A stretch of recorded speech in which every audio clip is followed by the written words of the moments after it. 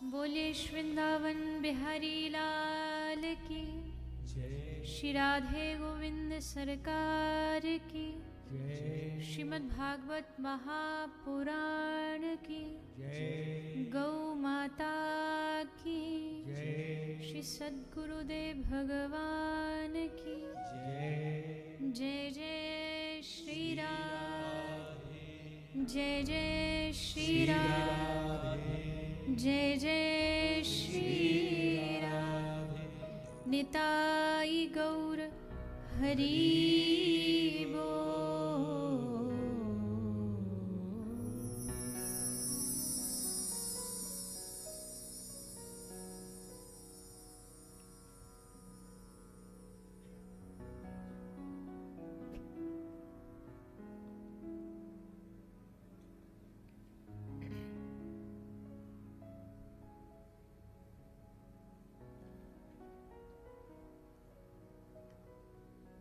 आइए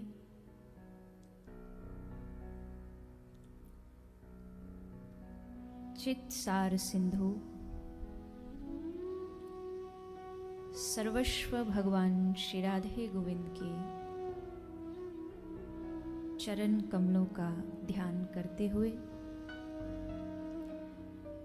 सभी श्रीमद्भागवत गंगा में प्रवेश करें। पधारे हुए सभी हरि भक्तों,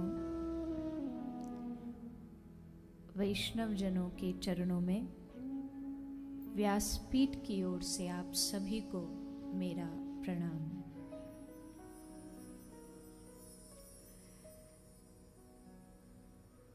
आज भगवत कृपा, भगवत अनुग्रह के द्वारा आप हम सभी को इस धरा पर बैठ करके भगवत कथा श्रवण करने का, मनन करने का ये सुअवसर श्री प्रभु की अति कृपा से प्राप्त हुआ है। अति कृपा मैंने इसलिए कहा, कृपा और अति कृपा में भेद होता है, अंतर होता है। कृपा क्या होती है और अति कृपा क्या होती है? कृपा ये है कि आपको बहुत भूख लगी हो, बहुत आप अत्यंत व्याकुल हो कुछ पाने, कुछ खाने के लिए, और अचानक से कोई व्यक्ति आए और आपके हाथ में एक लड्डू दे दे, तो ये क्या है? ये कृपा है। लेकिन अगले ही पल अगर वो ये कह दे कि इस लड्डू को साधारण मत समझना, ये मैं अभी अभी ब्रज वृंदावन गया था, वहां से श्री ठाकुर जी का प्रसाद तुम्हारे लिए लेके आया हूं, तो अभी तक जो लड्डू केवल कृपा थी, ठाकुर जी का आशीर्वाद आते ही वो अति कृपा हो गई। वो भगवान की अत्यंत ऐसी कृपा है जिसका शब्दों में वर्णन करना असंभव है। तो आप हम सबको जो प्राप्त हुआ है ये कृपा से भी बढ़कर है। जैसा हम सभी जानते हैं, समय की एक अपनी ही अनोखी प्रथा चली हुई है। एक कोविड नाम का एक रोग जहां चारों ओर व्याप्त है, लोग भयभीत हैं, परेशान हैं। ऐसे भयभीत समय में अगर आपको और हमको भगवत कथा सुनने का अवसर प्राप्त हो जाए तो इसमें कोई अतिशयोक्ति नहीं है कि श्री हरि ने, श्री ठाकुर जी ने इस रोग से भी अगर हमें बचाया बीते 2 वर्षों से, तो उसका मुख्य कारण यही रहा होगा कि हम और आप सब बैठ कर के उनकी कथा सुन सकें, उनकी लीलाओं का रसास्वादन कर सके। कहते हैं राम कृपा बिन सुलभ न सोई। ये कथा पूर्व वर्ष यानी जब कोविड आरंभ ही हुआ था तब भी होने वाली थी, किंतु परिस्थितियां बदली और फिर भी जो समस्त यजमान परिवार है उन्होंने अपनी आशा नहीं छोड़ी और इतना सुंदर आयोजन इस हैदराबाद की धरती पर कराया। एक बार समस्त आयोजक परिवार के लिए करतल अभिनंदन।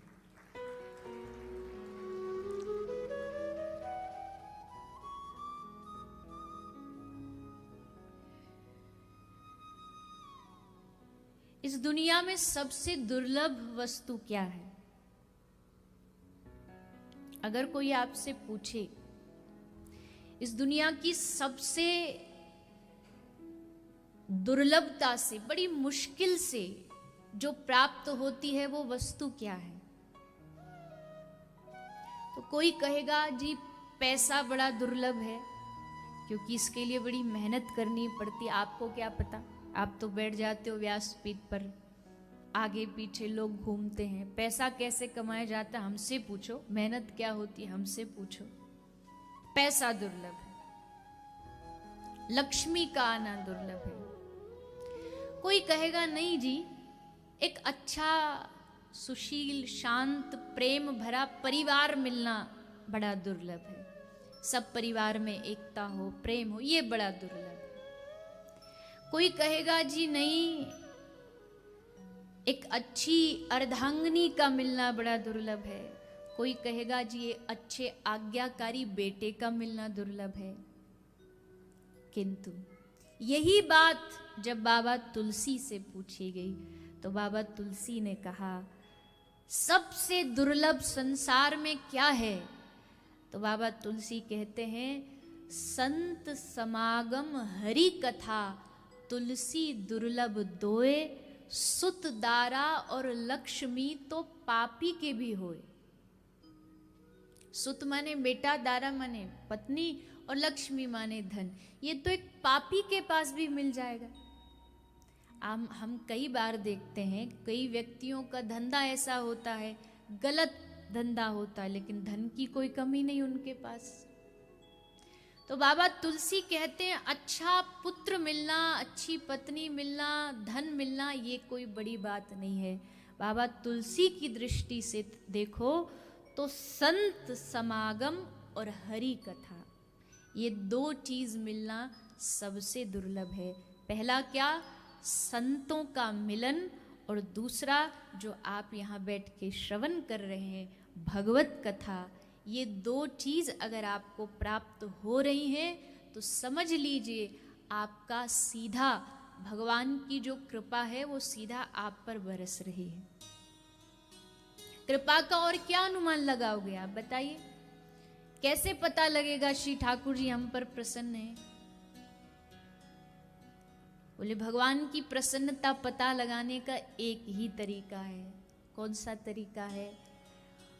बोले हमें पता ही नहीं, कुछ करना ही नहीं पड़ा और बस खबर आई कि हैदराबाद में कथा हो रही है, यजमान परिवार ने कथा कराई है और बस आने का अवसर मिल गया, यहाँ बैठे कथा श्रवण हो गई। ये क्या हुआ? ये हमारी और आपकी मेहनत से नहीं हुआ। इस गलत फहमी में कोई ना रहे कि हमने कोशिश करी, प्रयास बाद में हुआ। पहले मन में इच्छा जागी कि हम कथा कराएं या हम कथा सुनने जाएं, ये पहली कृपा है भगवान। कोई है जो हमें पकड़ करके यहां तक लाया है कि चल तू कथा सुनने चल। नहीं तो आजकल का जीवन कहाँ 7 दिन छोड़िए 3 घंटे का समय। आज तो व्यक्ति को सत्संग में भी शॉर्टकट चाहिए, हर चीज तुरंत हो जाए बस।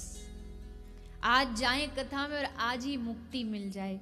मुक्ति का तो पता नहीं, पर हाँ इतना पक्का है, इस कथा को जो पूर्ण समर्पण से श्रवण करता है उसे मुक्ति तो पता नहीं, पर उसे ठाकुर जी की भक्ति अवश्य प्राप्त होगी।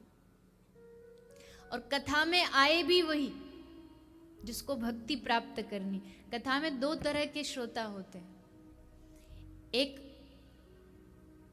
मुक्ति पाने वाले, स्वर्ग जाने वाले, और एक वो होते हैं जिनको न मुक्ति से मतलब न स्वर्ग से मतलब। वो कथा में इसलिए आते हैं क्योंकि उनको कथा में रस मिलता है, उनको श्रवण करने में रस मिलता है, और श्रवण ही सबका सार है। इसलिए गोपिकाएं कहती हैं, ब्रज गोपियां कहती हैं, श्रवण मंगलम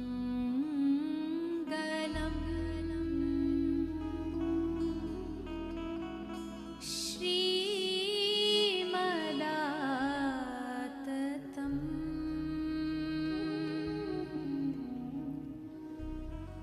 भुवि गृह्णन्ति ते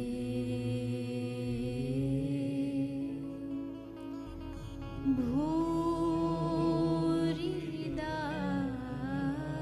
जना तव कथामृतम्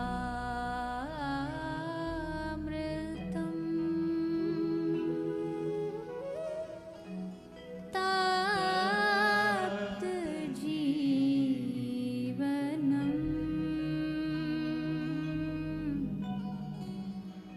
कविभिरीडितम्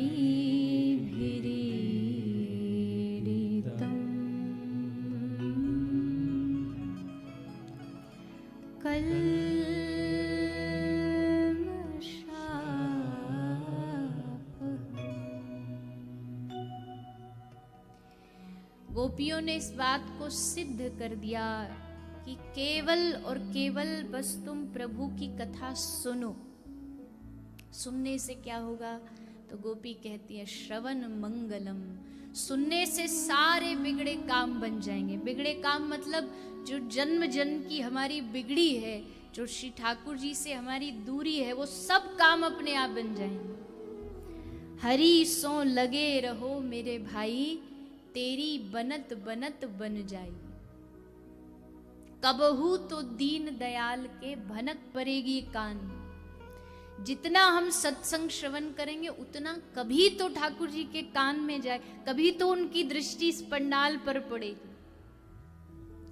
आज वैसे ये कोई गिनती का विषय है नहीं, क्योंकि गणना करने से एक अभिमान मन में प्रकट हो जाता है कि हमने इतनी कथा की। पर फिर भी एक औसतन लगा लीजिए, 7 साल की आयु से कथा चलती आ रही है, गाते आ रहे हैं, तो मन में कभी कभी ये भी आता रहे, इतना कथा सुना दी, इतनी कथाएं गाई हैं, अभी तक ठाकुर जी कभी कोई कुछ हुआ ही नहीं। पर फिर मन में क्या आता है, नहीं, लगे रहो लगे रहो, लगे चलते रहो, उनकी शरण में बढ़ते रहो। एक दिन ऐसा आएगा, एक झटका, एक क्षण में ऐसा जीवन परिवर्तित होगा, कब हम उनकी ओर मुड़ जाएंगे हमें समझ ही नहीं आएगा। कई लोग हैं 100 200 कथा सुन ली, लेकिन आप उनका जीवन देखो, जीवन से लगता ही नहीं कि एक भी कथा इसने सुनी होगी, क्योंकि बस सुनते ही हैं, मानते कुछ नहीं। अब कितना सुना, श्रवण किया, उसमें से माना नहीं, तो फिर क्या बेकार हो गई कथा? बोले नहीं नहीं, बेकार नहीं है कथा। श्रवण कभी बेकार नहीं जाता। आज नहीं तो कल घटना घटेगी। आपको विश्वास रखना पड़ेगा कि हम सत्संग से जुड़े हैं, इससे हमारा जीवन परिवर्तित होगा, इससे हमारा जीवन बदलेगा।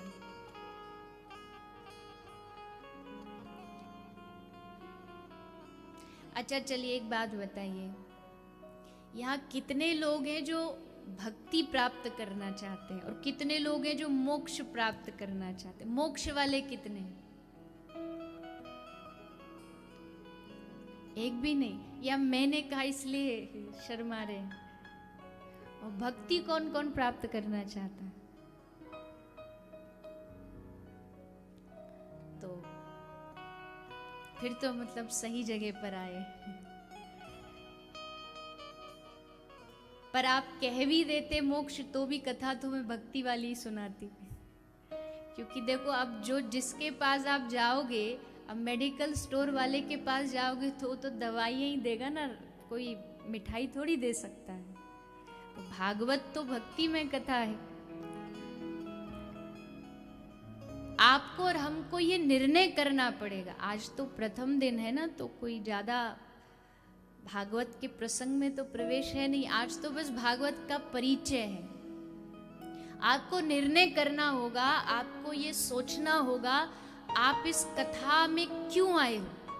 पहला प्रश्न अपने आप से पूछिए, आप इस कथा में क्यों आए हैं, आप इस कथा को क्यों करा रहे हैं, और ये जिव्या इस कथा को क्यों कह रही है। इस क्यों का उत्तर ढूंढिए। हर चीज का एक रीजन होता है ना, हर चीज का एक कारण होता है। इस कथा का कारण क्या है? क्या लोग हमें जाने इसलिए?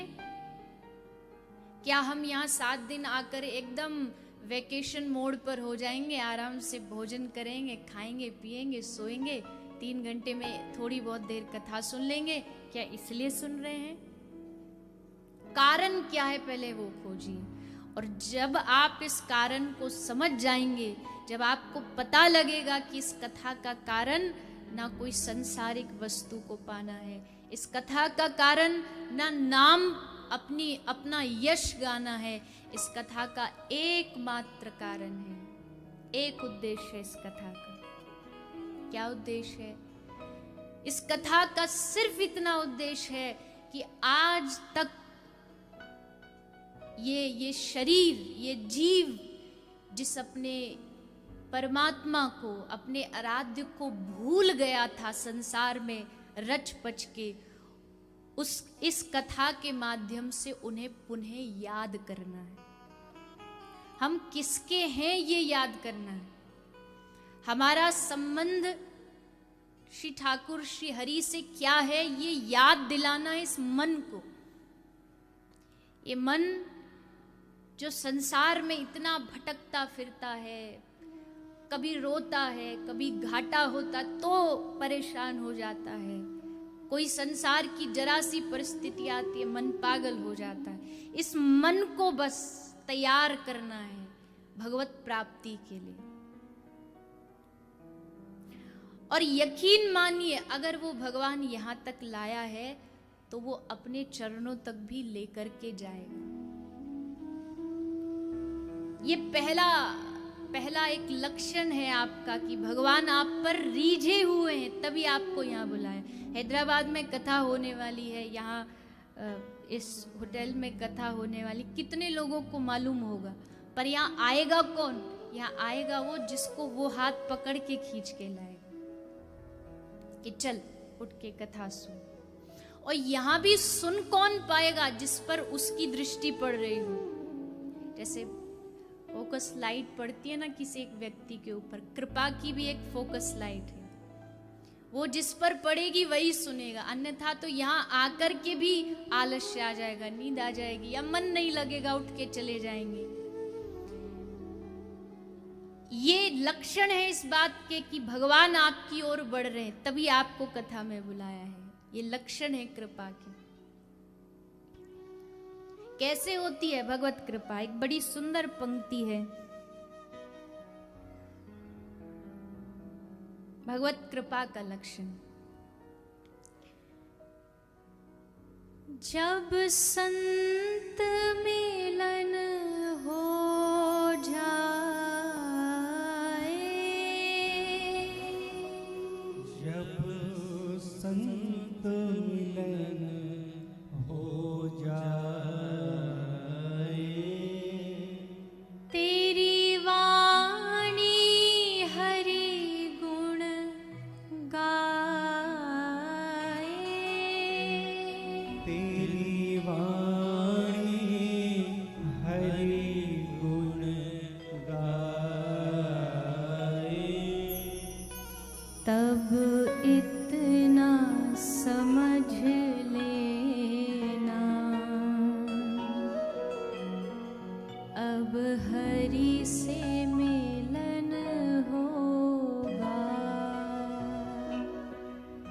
तब इतना समझ लेना,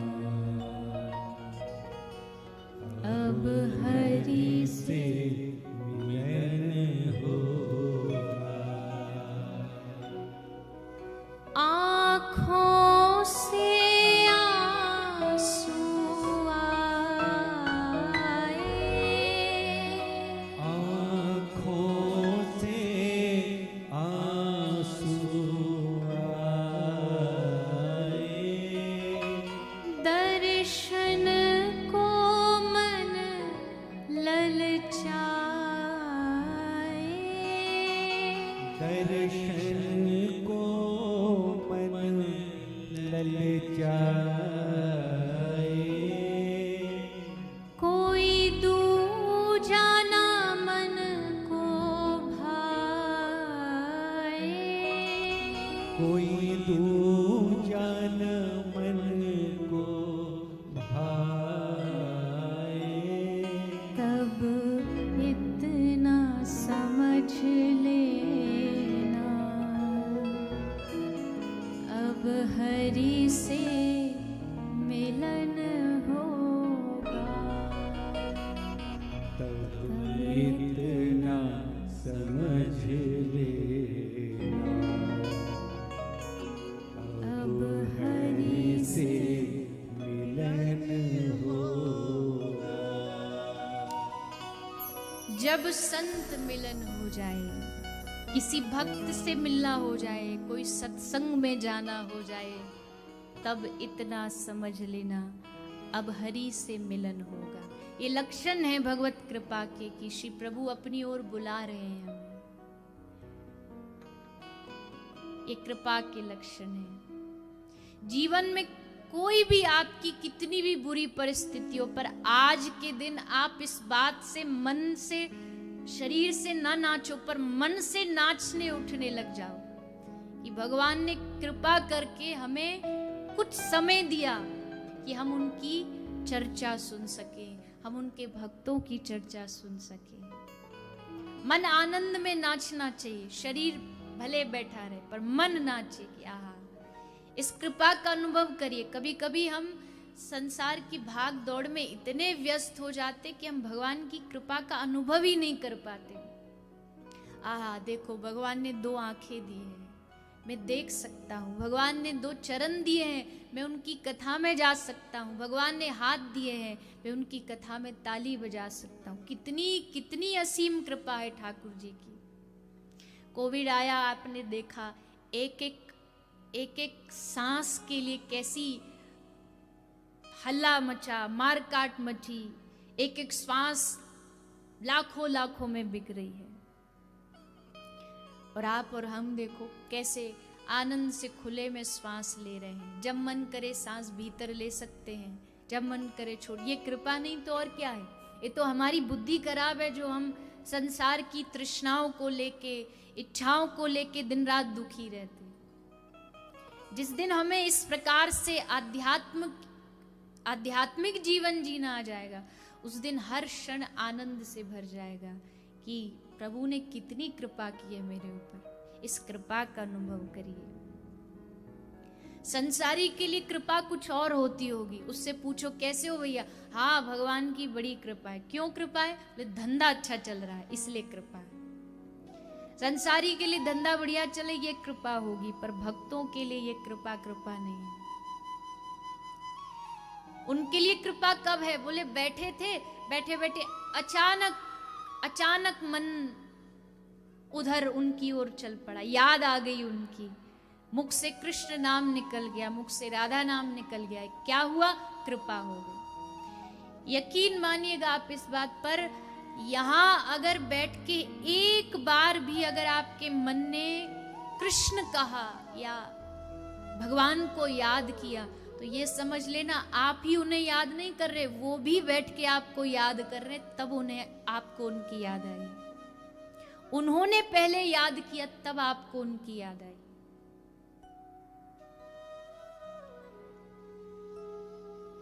इन 7 दिन में आपको सुख मिले ना मिले, सुख तो बाहरी वस्तु है, पर वास्तविक जो आनंद है उसे खोजने का प्रयास करिएगा। इस सत्संग को आप कोई साधारण न समझें। जितने महापुरुष हुए हैं इस विश्व में, सबने सत्संग की महिमा बताई है। बिना सत्संग के भगवान से प्रेम नहीं होगा। अब जिनके बारे में हम जानते ही नहीं, उनसे प्रेम कैसे हो जाएगा? किसी से प्रेम करने के लिए तो उनको जानना पड़ता है ना, उनका नाम जानना पड़ता है, उनका स्वभाव जानना पड़ता है, क्या करते हैं वो सब जानना पड़ता है, तब उनसे प्रेम होता है। जिसके हृदय में सत्संग होगा, आप और हम छोड़िए, श्री हनुमंत लाल जी आज देखो ये बड़ा सुंदर जो यहाँ मंदिर बनाया गया है, राम मंदिर, ये भी वास्तविकता में सचमुच अद्भुत है। क्योंकि जितने भी सनातनियों के हृदय में था कि रामलला का मंदिर बने, उसका हम दर्शन करें, अब वो जब बनेगा तब दर्शन करेंगे, पर साक्षात उसका दर्शन आज यहाँ हो रहा है। इसके लिए जिस भी भैया ने ये किया है उनके लिए जोरदार करतल ध्वनि। तो हमारे राम जी के परम लाडले श्री हनुमंत लाल सेवकों में सबसे अग्रगण्य, ऐसे सेवक मंगाई थी औषधि, एक दवाई पूरा मेडिकल स्टोर उठा लाए। संजीवनी बूटी मंगाई, उन्होंने सोचा कहाँ किसके, पूरा उठा करके ले आए। अब जब अर्जुन जी, महाभारत का युद्ध होने वाला था, तो श्री अर्जुन जी का भाव हुआ कि इस युद्ध में हनुमान जी भी पधारे। कैसे पधारे? बोले हमारे ध्वजा में बैठ जाए। तो भगवान ने कहा एक काम करो अर्जुन, तुम ही जाओ और हनुमान जी को निमंत्रण दे आओ, उनको कहो, प्रार्थना करो। तो अर्जुन जी आए, आकर के हनुमान जी से पूछा कि प्रभु आप चलिए, महाभारत का युद्ध होने वाला, आप हमारी रथ की ध्वजा में बैठ जाइएगा। तो हनुमान जी ने पहला ही प्रश्न ये पूछा, पहले ये बताओ वहां सत्संग सुनने को मिलेगा? तो अर्जुन ने हंस के कहा, प्रभु अगर वो सत्संग सुनने वाले ही होते तो लड़ते क्यों, फिर युद्ध होता ही क्यों? तो हनुमान जी ने कहा तो ठीक है, फिर हम नहीं जाएंगे। क्यों? बोले जहां भगवान का सत्संग नहीं हो वहां हम नहीं जा सकते। तो अर्जुन जी फिर ठाकुर जी के पास आए, बोले प्रभु उनकी तो शर्त है, तभी आएंगे जहां सत्संग होगा वहीं हनुमान जी पधारेंगे। तो ठाकुर जी ने अर्जुन को कहा जाओ कह दो उनकी इच्छा पूरी होगी। बोले प्रभु पूरी होगी, वहां लड़ेंगे, युद्ध करेंगे कि सत्संग सुनाएंगे? ठाकुर जी हम पे छोड़ दो, हम जैसा सब संभाल लेंगे। वो गए, अर्जुन जी ने हनुमान जी को आश्वासन दिया आपको सत्संग सुनने को मिलेगा। हनुमान जी आ गए, ध्वजा में विराजमान हुए, और सत्संग सुनने को कहाँ मिला? रसिक जन कहते अर्जुन तो सिर्फ बहाना था, असली जो भगवत गीता थी वो भगवान कृष्ण ने हनुमान जी के लिए सुनाई थी कि हनुमंत लाल आप पधारे, आपकी भावना, आपकी इच्छा कि हम बैठे और सत्संग सुने, सो लो पूरी भगवत गीता का वो सुंदर ज्ञान उपदेश सत्संग प्रभु ने सुना दिया। कभी दृष्टि अर्जुन की ओर जाती है, बाकी समय दृष्टि हनुमंत लाल के ऊपर होती है। बार बार भगवान देखते कि आप प्रसन्न तो है ना, आ गए युद्ध में, खुश तो हो। आए ही इसी शर्त पे कि प्रभु कथा सुनने मिले, इतना कथा से प्रेम।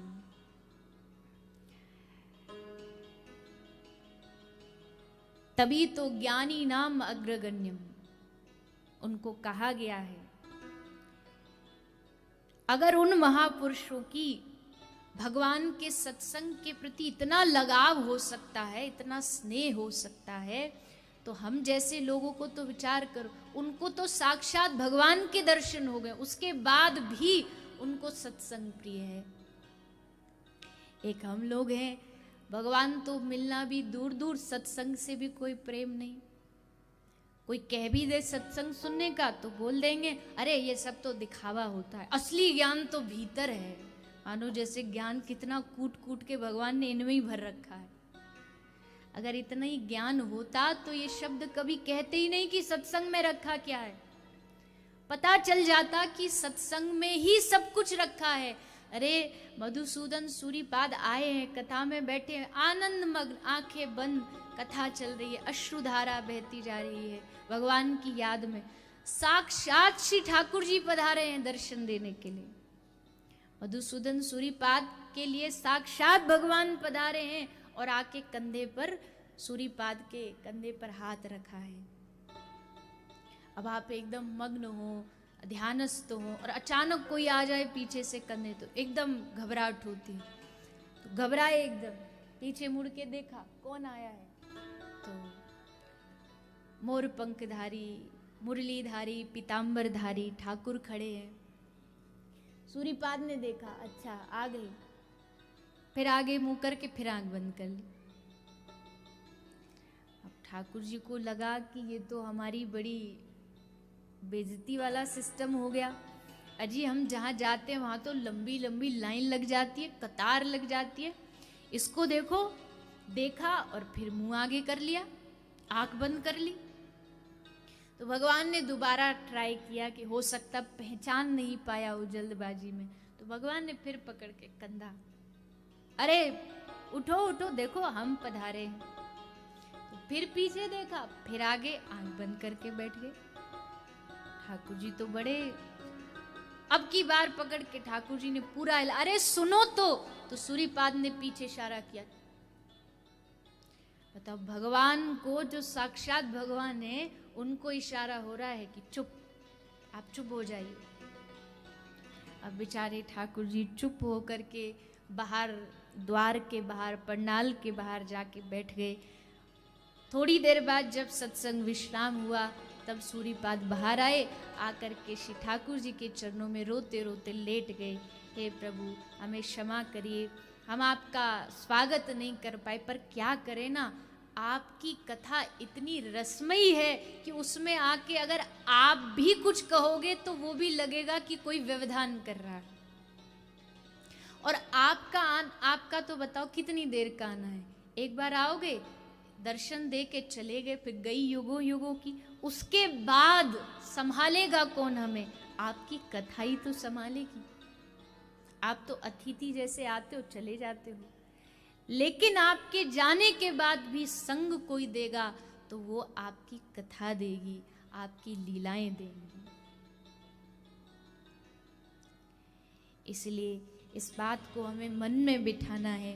कथा में 3 चीजें होती हैं, कथा में 3 चीजें होती, कौन कौन सी? पहली चीज है अर्पण, दूसरी चीज है तर्पण और तीसरी चीज है समर्पण। इन 3 का होना कथा में आवश्यक है।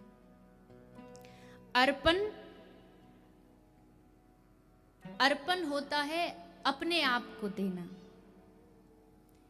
तर्पण होता है अपनों को देना, और समर्पण होता है अपना सर्वस्व श्री ठाकुर जी के चरणों में अर्पित कर देना। कथा समर्पण मांगती है कि आप समर्पित हो जाइए इस कथा को।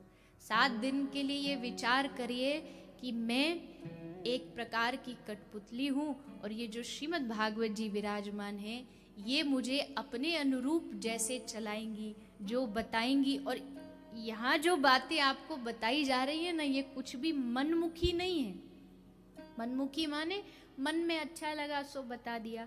जो बात शास्त्र कह रहा है, जो बात श्रीमद् भागवत कह रही है, वही बात आपको सुनाने का प्रयास किया जाएगा। और अगर उन बातों को हमने हृदयस्थ कर लिया तो 7 दिन क्या, श्रीमद् भागवत तो एक क्षण में हमारे हृदय में ठाकुर जी को प्रकट कर सकती है। एक क्षण लगेगा भागवत जी को प्रकट होने में, लेकिन समर्पण होना अति आवश्यक है। समर्पण हो गया तो भगवान की अति कृपा से हम और आप सबको ये कथा प्राप्त हुई है। आज कथा का पहला दिन, तो परंपरा के अनुसार, प्रथा के अनुसार श्रीमद् भागवत के महात्म्य का आज प्रथम दिन थोड़ा श्रवण पान किया जाता है। महत्व बुद्धि से ही प्रेम होता है। किसी भी वस्तु को पाने के लिए हमें उसका महत्व पता होना चाहिए।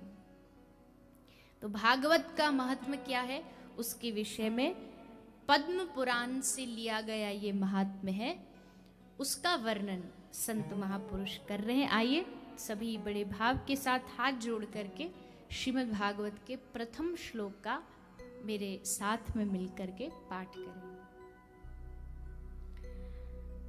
सच्चिदानंद रूपाय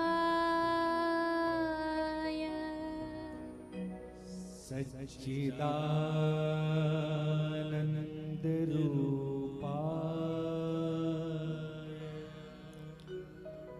सच्चिदानंद रूपाय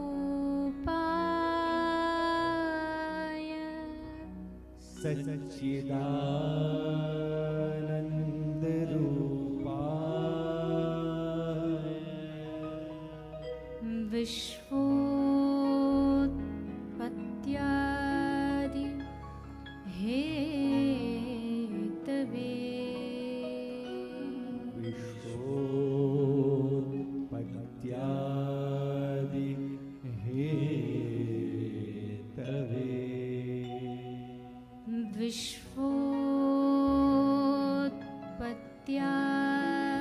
विश्वोत्पत्त्यादि हेतवे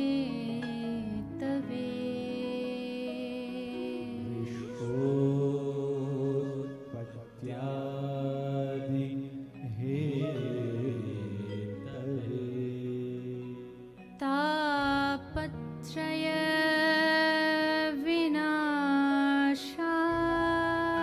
विनाशाय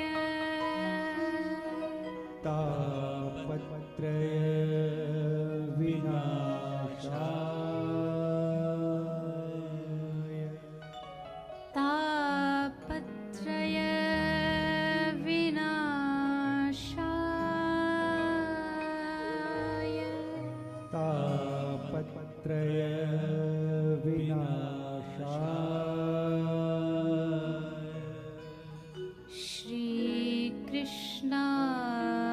श्रीकृष्णाय वयं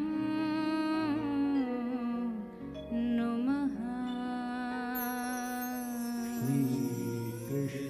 श्रीकृष्णाय वयं नमः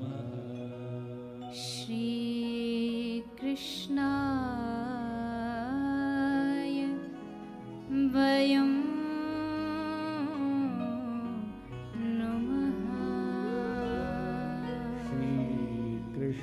श्रीकृष्णाय वयं नमः।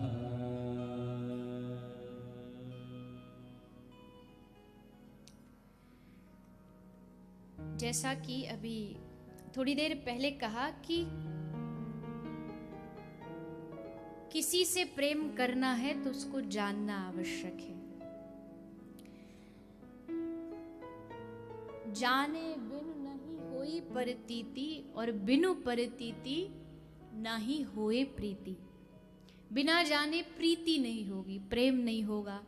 तो इस श्लोक में किसको जानने का प्रयास करना है, तो कहा सच्चिदानंद रूपाय विश्वोत्पत्त्यादि हेतवे तापत्रय विनाशाय श्री कृष्णाय वयं नमः।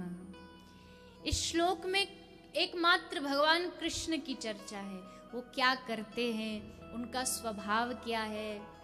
तापत्रय, 3 तापों का नाश करते हैं, और उनकी आह्लादनी शक्ति कौन है, इस सब का वर्णन इस एक ही श्लोक में किया है। और हमारे गुरुदेव कहा करते थे कि जिसने भागवत का पहला श्लोक हृदय में बिठा लिया, समझ लीजिए उसने भागवत के 18,000 श्लोक हृदय में बिठा लिए। क्यों? क्योंकि इस श्लोक में कृष्ण की चर्चा है, कृष्ण का परिचय है। तो जिसने हृदय में कृष्ण को बिठा लिया, समझ लीजिए 18,000 श्लोक हृदय में बैठ गए। कृष्ण कौन है ये तो मैं क्या कहूं, वेद भी दोनों हाथ खड़े कर देते हैं जब उनसे पूछा जाता है, नेति नेति कह के पुकारते हैं। किंतु ब्रज के रसिक कहते कृष्ण कौन है ये जानने की बजाय अगर बैठ कर के बस कृष्ण के लिए रोया जाए तो तुरंत समझ जाओगे कृष्ण कौन। कोई ग्रंथ, कोई शास्त्र पढ़ो ना पढ़ो, तुरंत समझ में आ जाएगा कौन है श्री कृष्ण। कहा सदा प्रसन्न माधव। श्री कृष्ण की एक सबसे बड़ी पहचान है सदा प्रसन्न माधव। उधर युद्ध चल रहा है, उधर रथ पर विराजमान होके एक कायम स्मित, एक हंसी, एक मुस्कुराहट श्री कृष्ण के मुखारविंद पर, ऐसी मुस्कुराहट जो त्रिभुवन को विमोहित कर ले। इस संसार में अगर सबसे बड़ी शक्ति किसी चीज में है, किसी को आकर्षित करने की, तो एकमात्र कृष्ण की मुस्कुराहट में। एक बड़ा सुंदर एक संत का भाव है, उन्होंने कहा कि इस पूरे संसार में जितनी शक्ति है, ध्यान से सुनना, इस पूरे संसार में जितनी शक्ति है उससे 100 गुना ज्यादा शक्ति इंद्र की एक बाजू में है। इतना बलशाली है। जितनी शक्ति इंद्र की बाजू में है उससे 1000 गुना ज्यादा शक्ति श्री हनुमान जी की हथेली में है। जितनी शक्ति श्री हनुमान जी की हथेली में है उससे 1,00,000 गुना ज्यादा शक्ति श्री बलराम जी के एक अंगूठे में है, और जितनी शक्ति श्री बलराम जी के एक अंगूठे में है उससे 1,00,00,000 गुना ज्यादा शक्ति श्री कृष्ण की एक मुस्कुराहट में। एक मुस्कुराहट में, एक बार अगर कृष्ण मुस्कुराए तो समझो बस हो गया काम। अभी तक हमने उस रूप को कभी प्यार से, कभी आनंद भरे निहारा ही नहीं। देखो मंदिर जाते कैसे राजधानी एक्सप्रेस की तरह जाएंगे, गए, हाथ जोड़े, हाथ बंद करी, जो मांगना सो मांगा, फिर बटुआ निकाला, उसमें से जो सबसे लोएस्ट करेंसी है वो निकाली, सिक्का निकाला, और सामने जो ठाकुर जी बेचारे पुजारी जी कह के थक गए, दान पात्र में डालो, दान पेटी में डालो, लेकिन पकड़ के एकदम फेंक के मारेंगे ठाकुर जी को। कितना बड़ा एहसान कर रहे हैं हम, पैसा दे रहे, दान दे रहे। गए, फिर जल्दी जल्दी परिक्रमा लगे। परिक्रमा भी ऐसे लगाते हैं जैसे कोई पागल कुत्ता पीछे भाग रहा हो, भागो जल्दी जल्दी। और कई तो मंदिर भी नहीं जाते। एक आध मैंने क्या देखा, मंदिर के बाहर से निकल रहे हैं तो उनकी रोज की आदत देखी, बाहर से जैसे गए तो कार का हॉर्न बजा देते। तो एक आध दिन तो मुझे समझ नहीं आया क्योंकि आगे कोई गाड़ी भी नहीं, फिर भी हॉर्न बजा देते।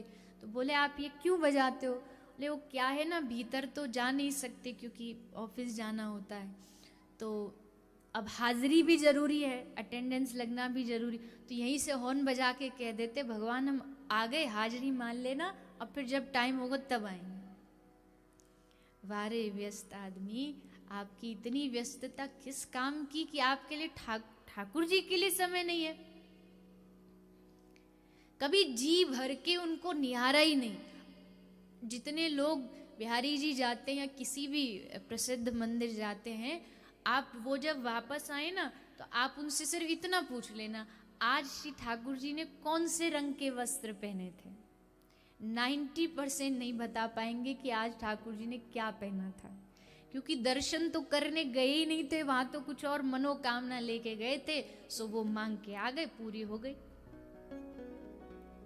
अरे ठाकुर जी के सामने खड़े हो तो आंख बंद करने की आवश्यकता ही क्या है? पहले उनको निहारो, उनके एक एक रूप माधुरी को निहारो, एक एक अंग को निहारो। बाबा सूर द्वारिकाधीश में, मथुरा में ही जो द्वारिकाधीश जी हैं, हवेली है द्वारिकाधीश जी की, बाबा सूर की नित्य की ये नियम था। नित्य जाते, अपना वाद्य लेकर के और सामने बैठ करके ठाकुर जी के समक्ष पद गायन करते। और पद भी कैसा गाते, जो भी भगवान ने आज वस्त्र धारण किया है उस रंग का वर्णन उनके पद में सुनाई देता था। आज प्रभु जी अगर हरित वस्त्र, हरा वस्त्र पहने तो उनके पद में हरे रंग का वर्णन आता, श्वेत पहने तो श्वेत रंग का वर्णन। अब जो वल्लभ कुलीय बालक थे उनको बड़ी शंका हुई कि ये तो आंधरा है, इसको तो दिखाई नहीं देता, तो फिर इसको कैसे पता लगता ठाकुर जी आज क्या पहने। तो बालकों को थोड़ा विनोद सूझा, उन्होंने कहा आज एक काम करो, सूर की परीक्षा लेके देखो, आज कोई रंग का वस्त्र मत पहनाओ।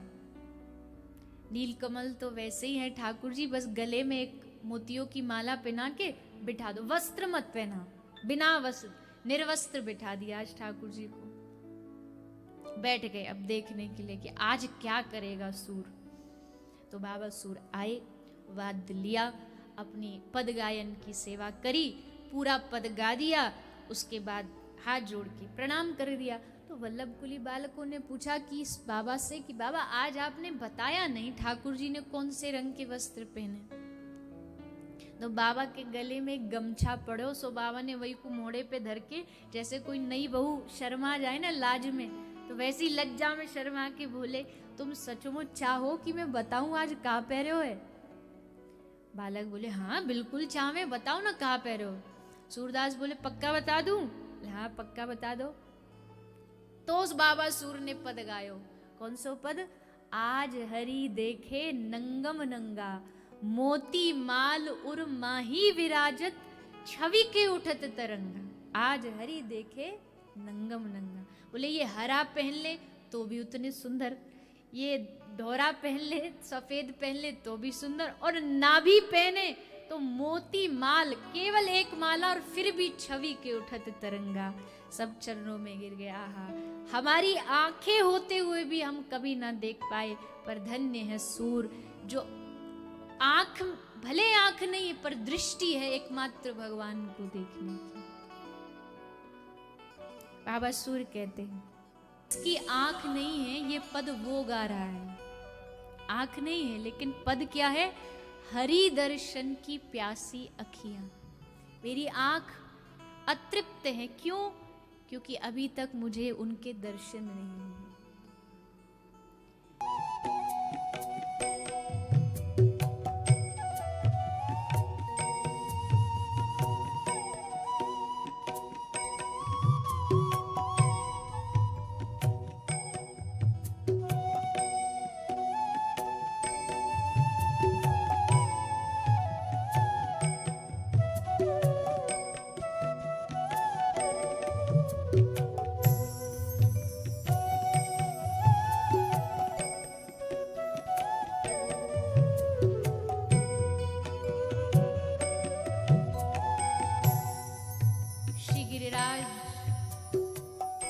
गोवर्धन की तलहटी में बाबा सूर बैठे हैं इसी आशा से कि आंखों की प्यास बुझेगी, इस आंखों की तृप्ति बुझेगी।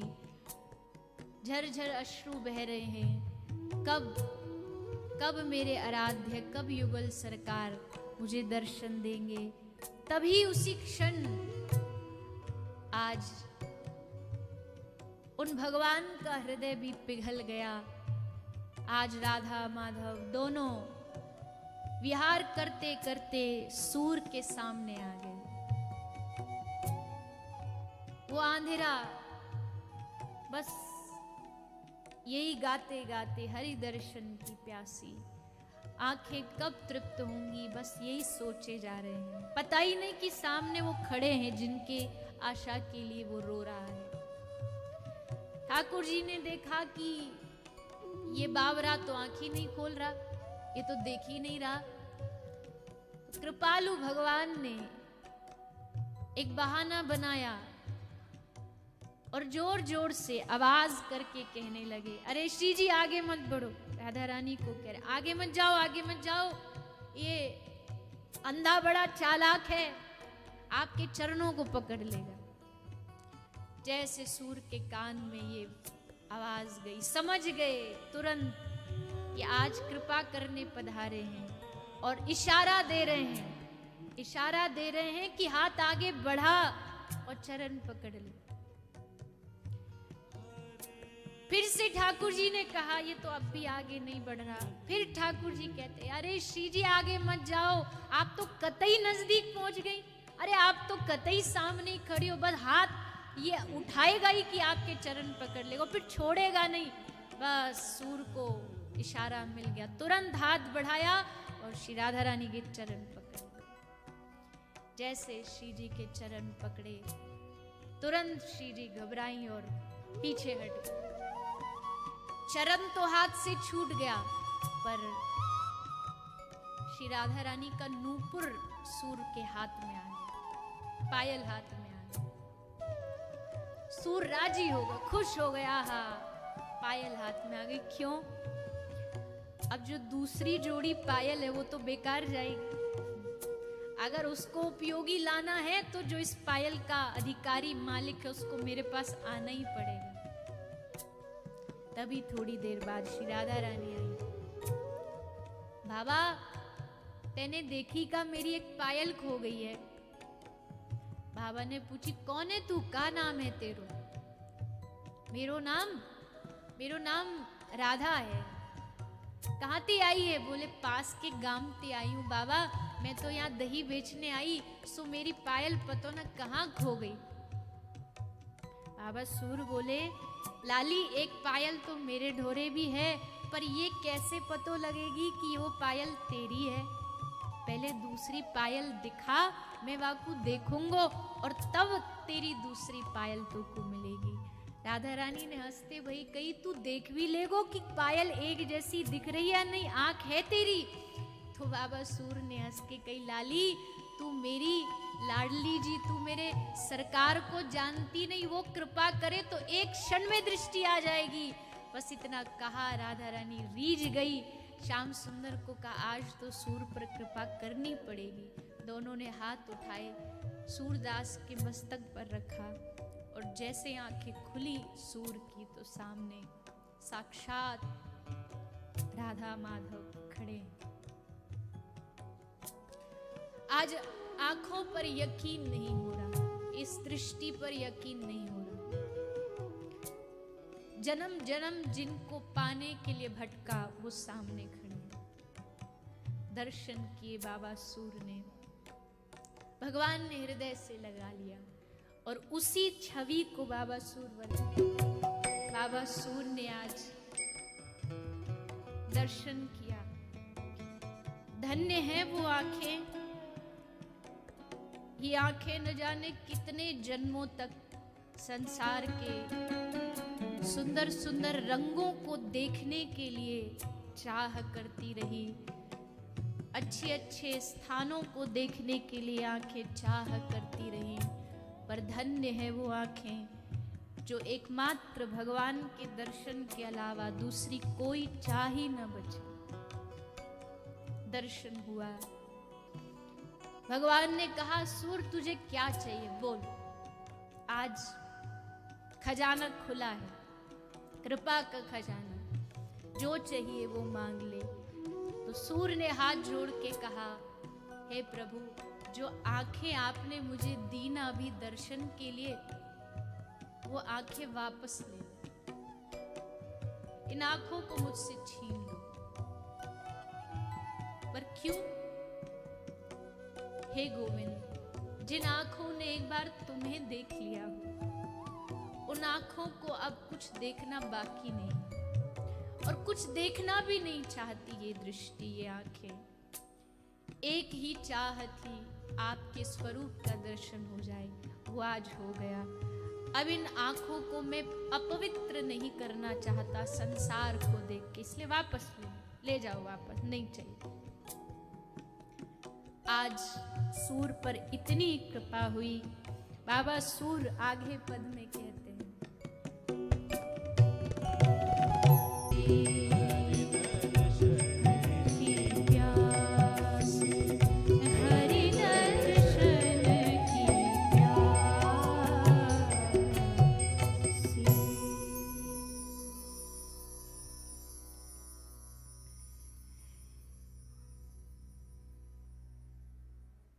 देखो चाहत कमल नयन को, निस दिन रहत उदासी। ये बात तो एकदम सत्य है कि जो एक बार उनकी रूप माधुरी का पान कर ले तो फिर उसको दूसरी किसी वस्तु की आवश्यकता ही पड़ती नहीं, उसे दूसरा कुछ देखना ही नहीं। जगत के रंग क्या देखूं, तेरा दीदार काफी है। करूं मैं प्यार किस किस से, तेरा बस प्यार काफी है।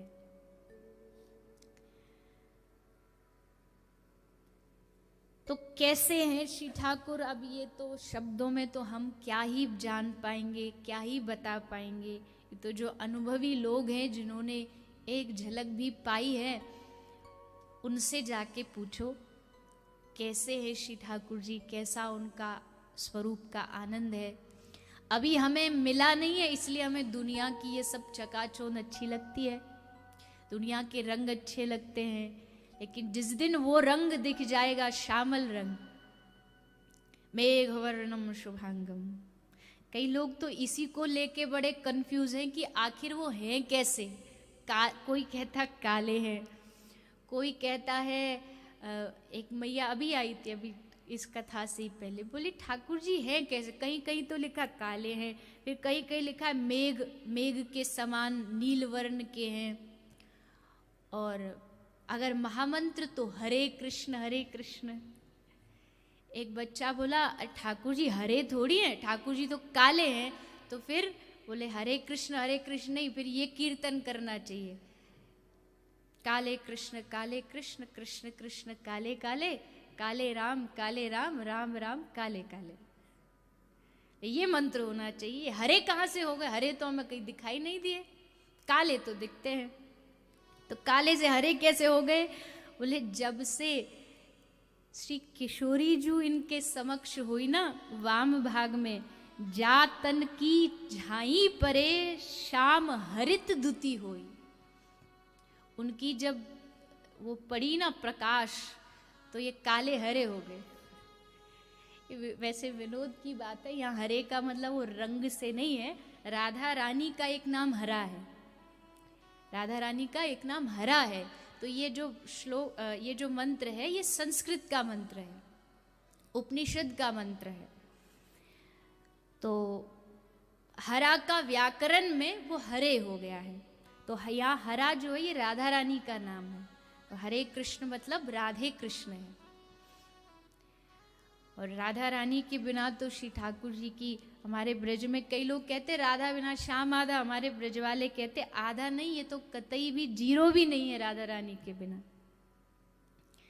अब वो जो समझने वाले वो ही समझेंगे, अन्यथा तो न जाने कितने अज्ञानी लोग आ करके अभी तक भी राधा रानी पर इतने प्रश्न उठाते हैं। कौन थी राधा, क्या थी राधा, ये तो हम जानते ही नहीं।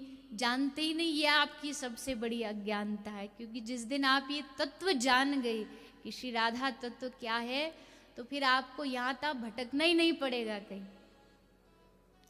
इसको जानने के लिए भी कृष्ण कृपा, श्री राधा रानी की कृपा आवश्यक है।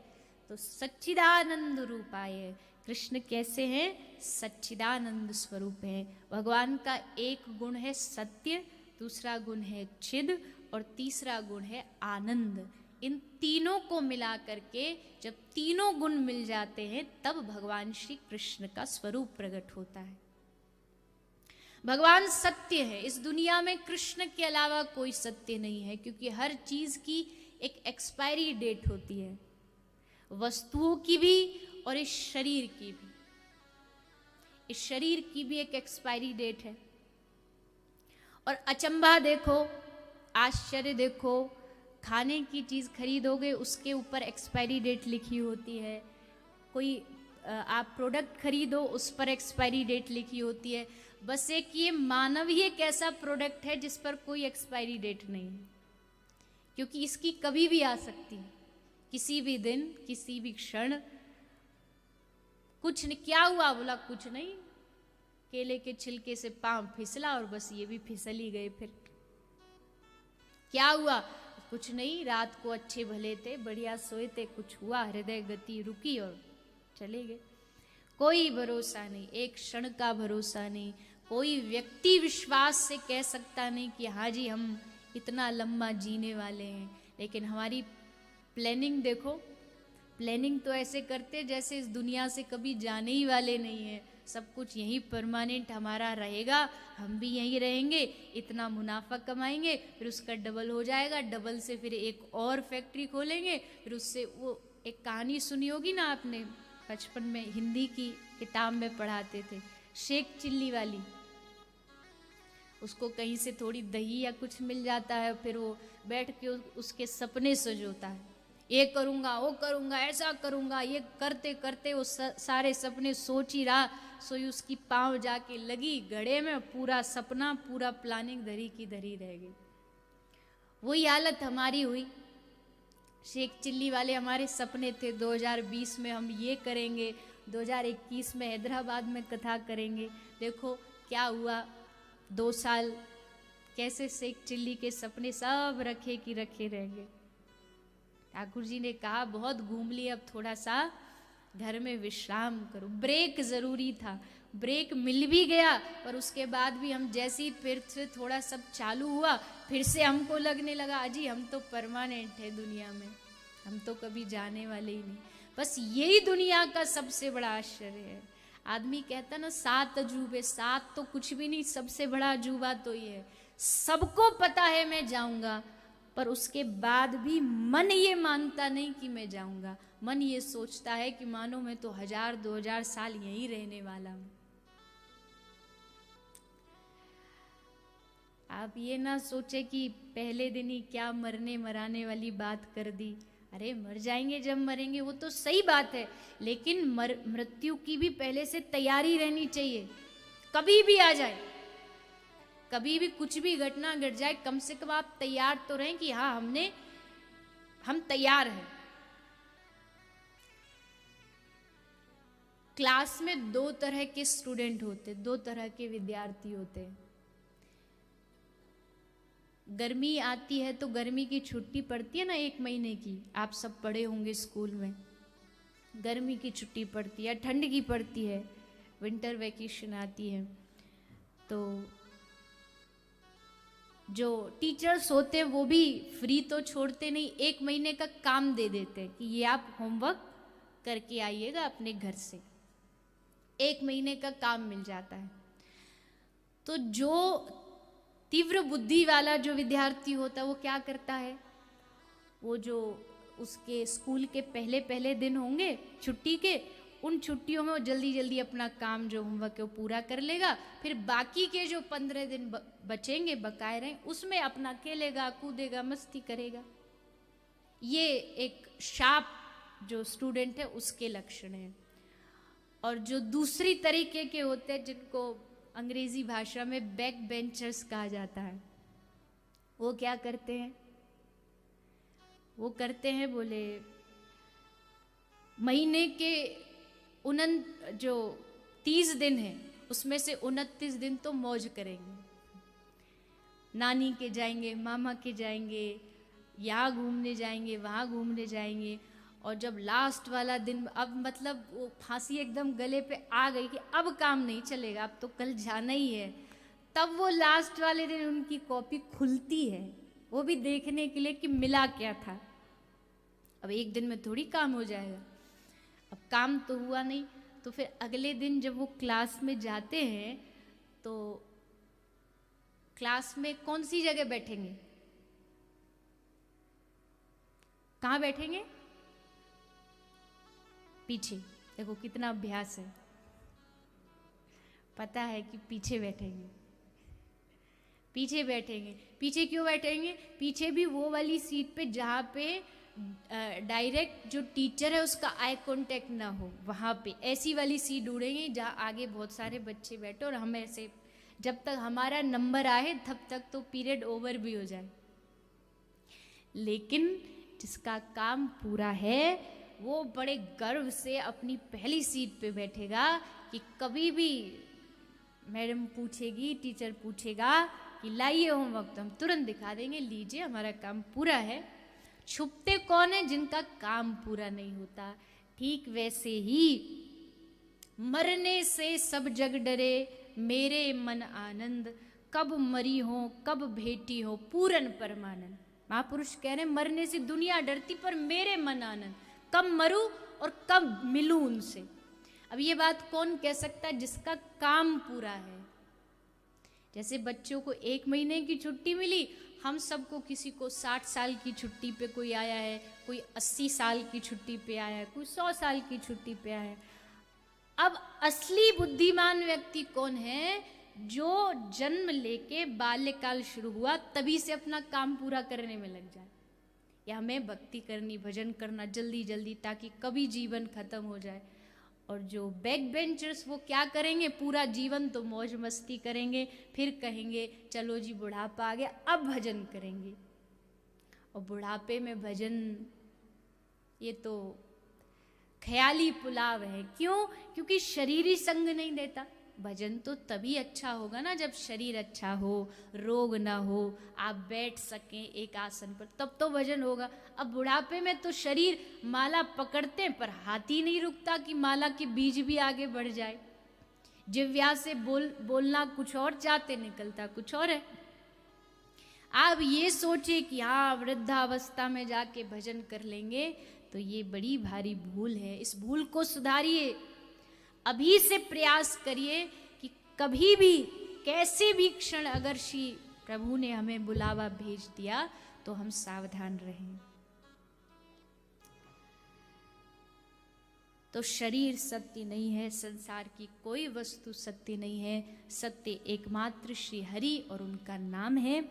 आनंद स्वरूप भगवान है, विश्व की उत्पत्ति पालन संहार करते हैं, तीनों तापों का नाश करते हैं। ऐसे भगवान कृष्ण और श्री राधा रानी को श्री कृष्णाय वयम नुमः हम सब मिलके प्रणाम करते हैं।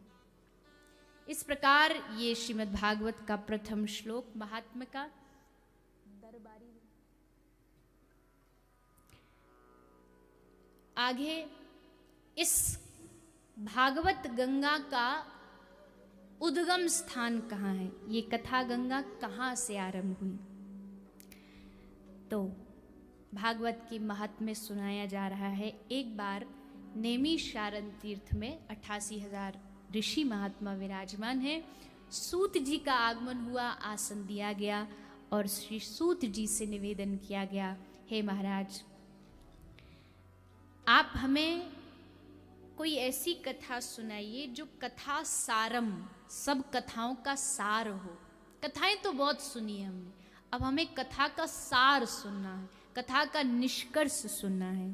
क्योंकि आप तो जानते आगे आने वाले समय में, कली काल में लोग इतने व्यस्त हो जाएंगे कि भगवत भक्ति की ओर मन ही नहीं जाएगा। और कोई ऐसी कथा सुनाइए जो ग्रस्त धर्म भी, सन्यास धर्म भी, वैरागी भी, कोई भी सुने तो उसका उद्धार हो जाए। तब सूत जी 88,000 ऋषियों को श्रीमद् भागवत कथा सुना रहे हैं।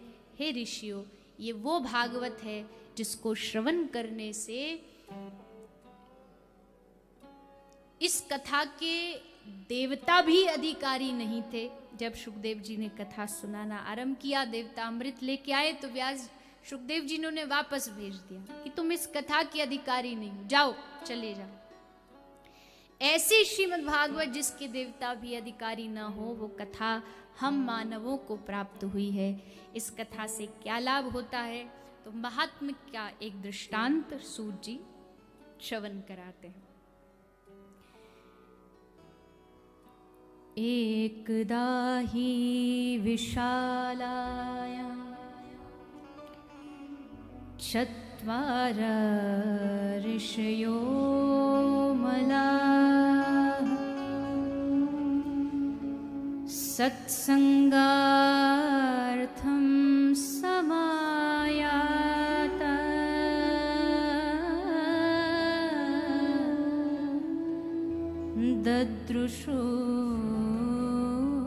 ददृशुस्तत्र नारद।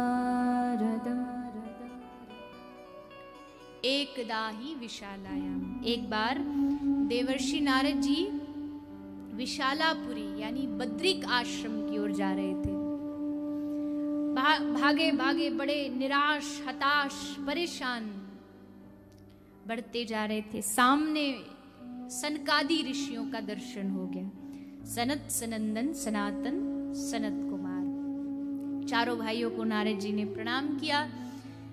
उनको देखते ही पहचान गए कि इसके चेहरे पर आज उदासी है। जो व्यक्ति हमेशा प्रसन्न दिखता हो, वो अगर उदास दिख रहा है तो मतलब बात कुछ गंभीर है। तो ऋषियों ने पूछा, कथम ब्रह्मन दीनमुख कुतश्चिंता तुरो भवान् त्वरितं गम्यते कुत्र कुतश्चा गमनं तव। इदानीं शून्यचित्तोषि गतवित्तो यथा जनाः तवेदमुक्तसङ्गस्य नोचितं वद कारणम्। कथम ब्रह्मन दीनमुख। हे देवर्षि, आपकी चिंता का कारण बताइए, क्या हुआ? आप इतने परेशान, भगवान के दास हो के आप उदास, ऐसा कैसे? नारद जी ने कहा कि प्रभु, मेरा जो उदासी का कारण, वो मेरा कोई दुख नहीं। मैं तो बाबा जी आदमी, मेरे कौन से बाल बच्चे जो मैं उनके लिए परेशान हूँ। मेरे दुख का कारण मेरा कोई व्यक्तिगत विषय नहीं। पर हाँ, एक दिन महाराज, एक दिन मैं वृंदावन गया, मैं समस्त तीर्थों में घूमा। पुष्करम च प्रयागम च काशीम गोदावरीम तथा हरिक्षेत्रम कुरुक्षेत्रम श्रीरंगम सेतुबंधनम एवमादिषु तीर्थेषु भ्रममान इतस्ततः। पुष्कर, हरिद्वार, काशी, प्रयाग, श्रीरंगम, सेतुबंध, सब जगह गया। सब अच्छा चल रहा था, सब बढ़िया दर्शन हो रहे थे। फिर मैं पहुंचा श्रीधाम वृंदावन। यमुना के किनारे किनारे में तो मस्ती से अपनी वीणा लेके नारायण नारायण नारायण गाता हुआ जा रहा था। तभी एक आवाज मेरे कान में आई, पीछे से एक ध्वनि आई, भो भो साधु क्षणं तिष्ठ मच्चिन्तामपि नाशय दर्शनं तव लोकस्य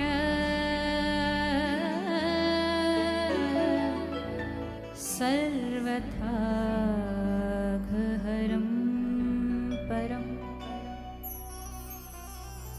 एक मैया ने पीछे से आवाज लगाई, भो भो साधु क्षणम तिष्ठ, एक क्षण के लिए रुक जाइए, मेरी परेशानी का एक साधु ही निवारण कर सकता है।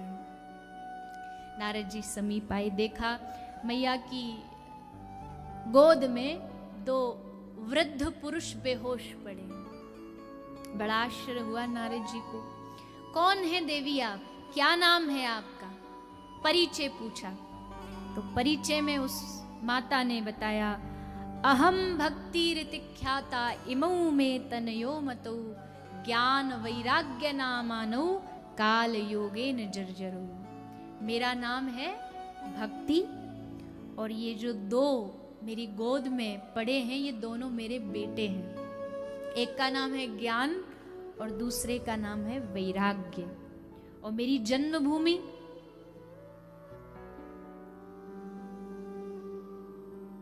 उत्पन्ना द्रविड़े साहं वृद्धिं कर्णाटके गता। क्वचित् क्वचिन् महाराष्ट्रे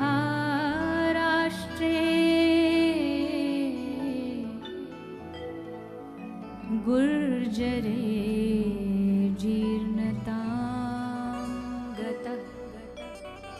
भक्ति का जन्म कहाँ हुआ? देवी भक्ति का जन्म जो भूमि है वो दक्षिण भारत है।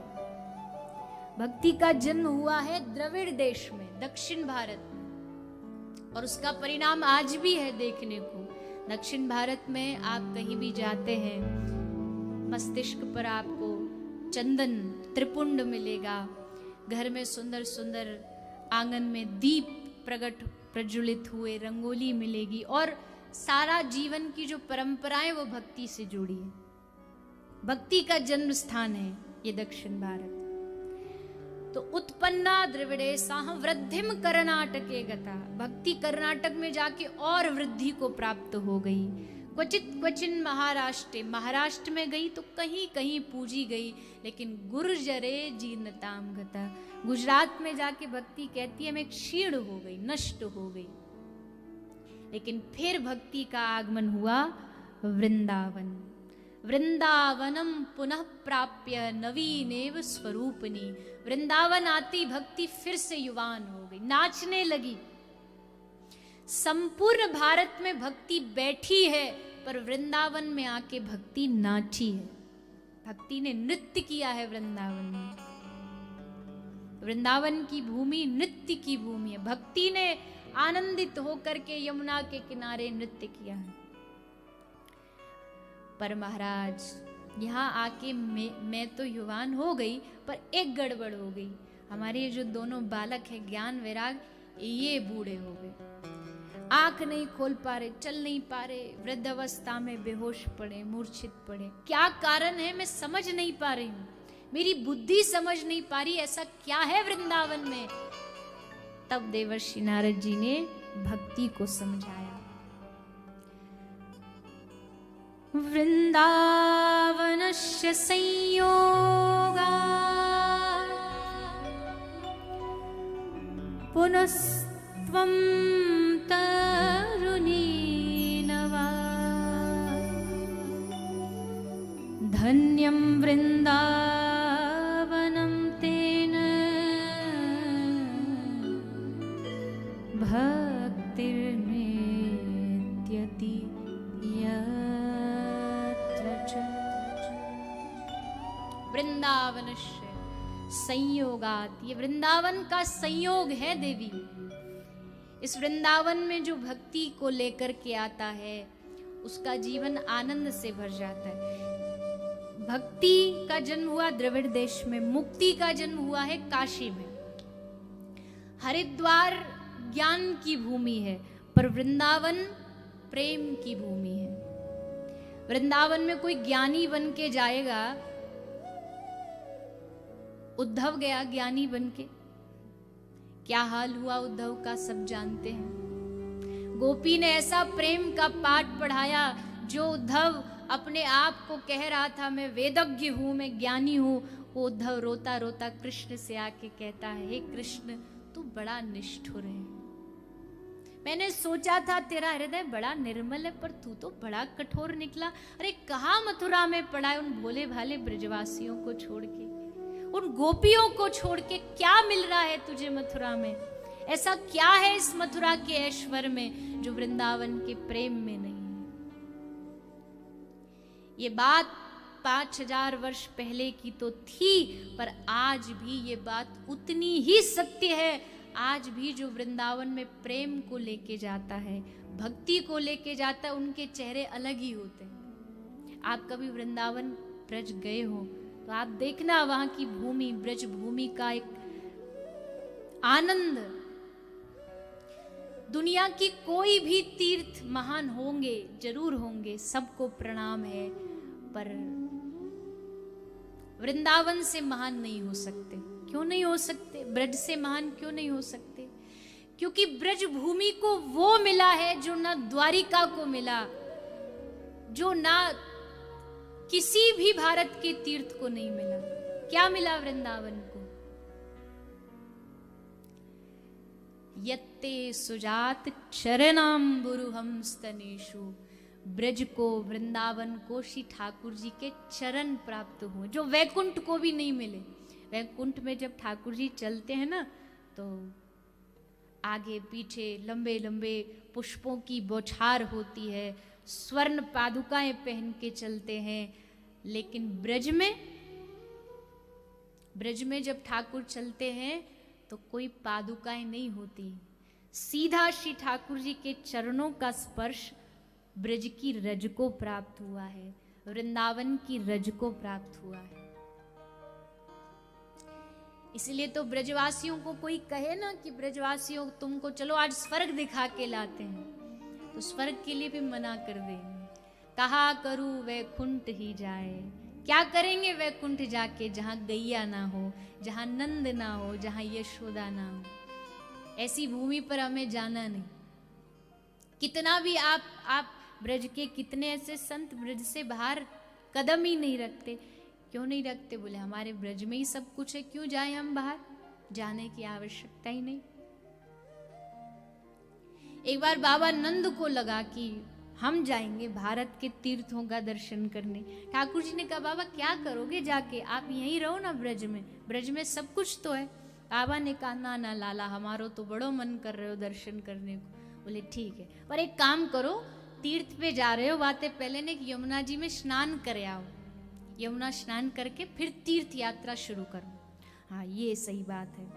आए बाबा, आके बाबा यमुना जी में स्नान करके बाहर निकले ही कि बाबा ने देखी एक बूढ़ो आदमी जाकी लंबी लंबी सफेद दाढ़ी, लंबे लंबे बाल, वो बाबा यमुना की बालू, यमुना की रेती में लोटपोट हो रहे हैं पूरे शरीर से, इधर से उधर, इधर से माटी ले लेके कभी यहाँ लगाते, कभी यहाँ लगाते, कभी अपने शीश पर धारण करते।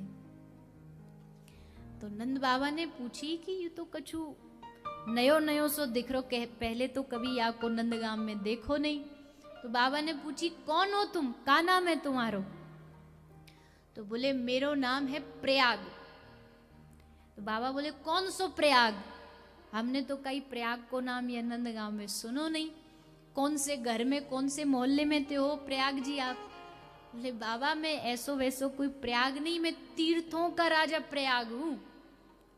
अरे तीर्थों के राजा, यहाँ क्या कर रहे हो तुम, या माटी में काय को लोटपोट है रहे हो? तो प्रयागराज कहते हैं देखो बाबा, पूरे दुनिया के लोग तीर्थों में जाते अपने पाप धोने। कई लोग कहते हैं हम हरिद्वार गए, गंगा जी में सारे पाप धो आए, बहा आए। तो प्रयाग में आते हैं लोग अपने पाप देने। हम पाप जमा करते करते करते जब हमारे ऊपर से भी पाप पूरा बाहर बहने लगता है, तब अपने पापों को धोने हम ब्रज में आ जाते हैं। और जैसे ब्रज की माटी में नहाते हैं तो हमारे सारे पाप धुल जाते हैं। जैसे बाबा ने सुनी, तुरंत तीर्थ यात्रा को प्रोग्राम कैंसिल। ठाकुर जी के डोरे आए, लाला ते बोले अरे लाला हम नहीं जा रहे कहीं भी, टिकट कैंसिल करवा दो। ठाकुर जी बोले क्यों, तुम तो कह रहे हम दर्शन करने जाएंगे। बोले जाके दर्शन करने हम जा रहे, वो खुद ही हमारे ब्रज में माटी में लोटपोट ठहरे हो, तो कहाँ दर्शन करने जाए। तब से आज तक ब्रज की ये प्रथा है। अधिकांश जो ब्रजवासी हैं, क्योंकि ब्रज में प्रयाग भी है, काशी भी है, केदार भी है, बद्रीनाथ भी है, हरिद्वार भी है, सारे तीर्थ हैं ब्रज में। ठाकुर जी ने सब तीर्थों को ब्रज में बुला लिया और यहीं सबके दर्शन करा दिए। ऐसा ब्रजधाम, ऐसा वृंदावन धाम, वाणी नहीं है कि इस वाणी से ब्रज की महिमा गाई जा सके। धाम की महिमा तो कौन गा सकता है। वृंदावन तीर्थ नहीं है, वृंदावन धाम है। वृंदावन हम जाते भी तो कभी तीर्थ की भावना लेके मत जाना। वृंदावन जाओ तो घूमने की भावना लेके मत जाना। वृंदावन जाया जाता है भगवान को खोजने के लिए।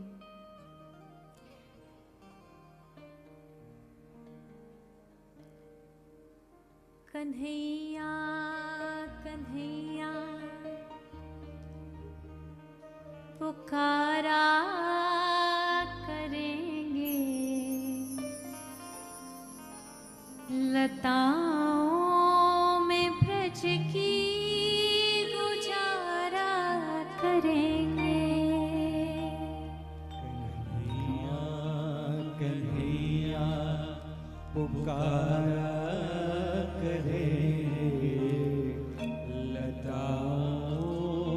ब्रज की गुजारा करेंगे। कन्हैया कन्हैया पुकारा करेंगे, लताओं में ब्रज की गुजारा करेंगे।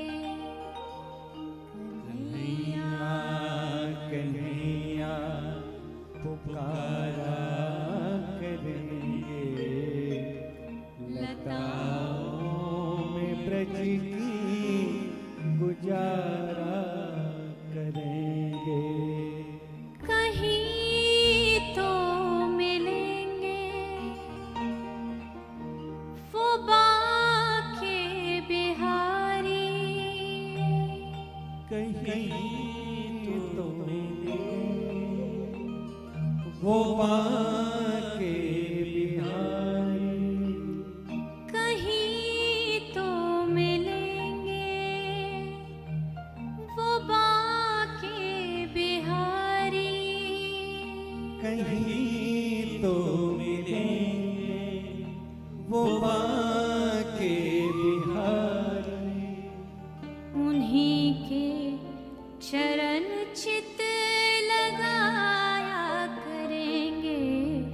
कन्हैया कन्हैया पुकारा करेंगे, लताओं में ब्रज की गुजारा करेंगे।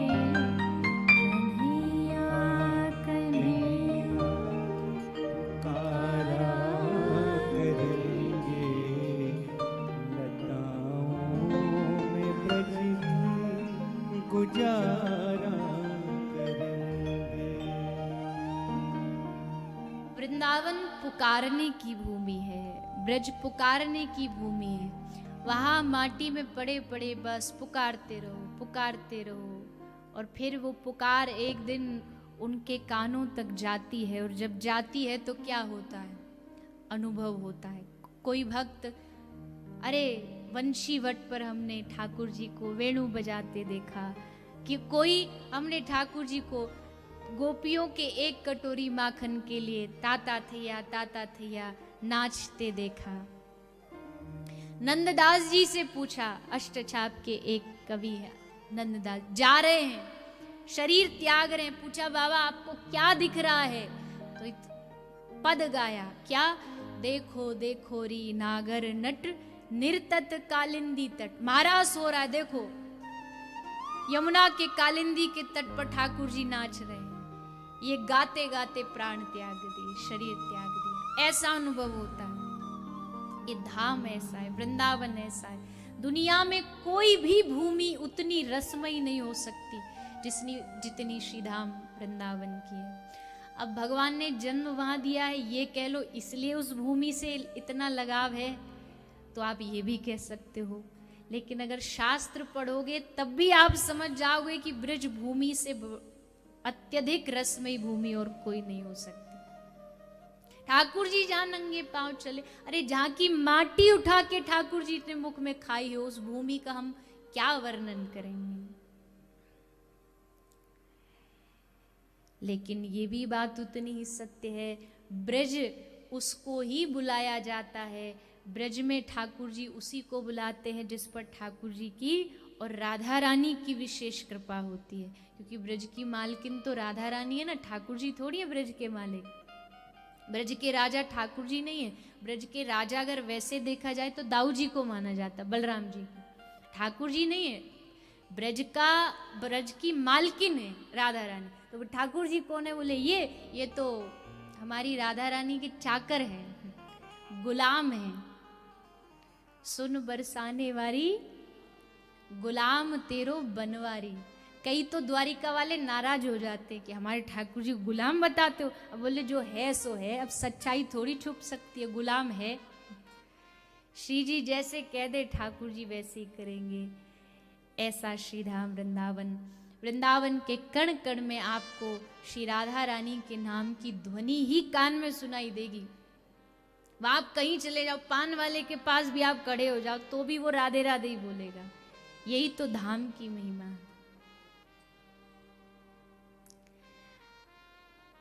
तो आइए थोड़ी देर श्री धाम वृंदावन को प्रणाम करके आए, मन से, मानसिक रूप से, और मन से श्री राधा रानी का नाम लेते लेते श्री धाम वृंदावन की उस भूमि का आनंद लें।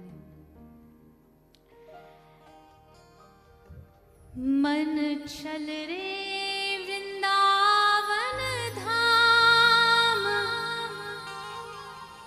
राधे राधे गाएंगे। ये मन जो है ना, ये छोटा सा बच्चा है।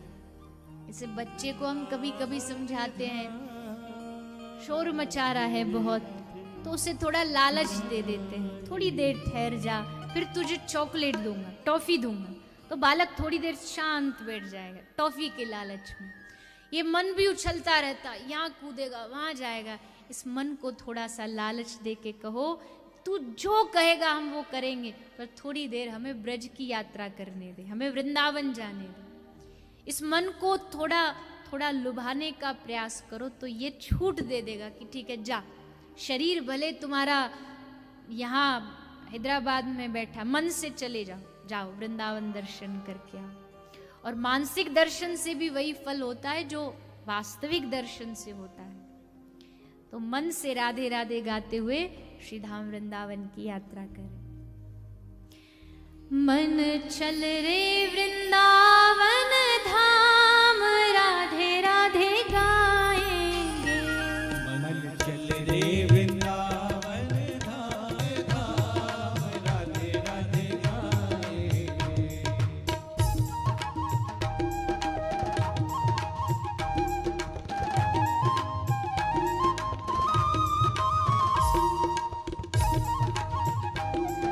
भाव से सभी दोनों हाथ उठा के तालियों की सेवा करते हैं।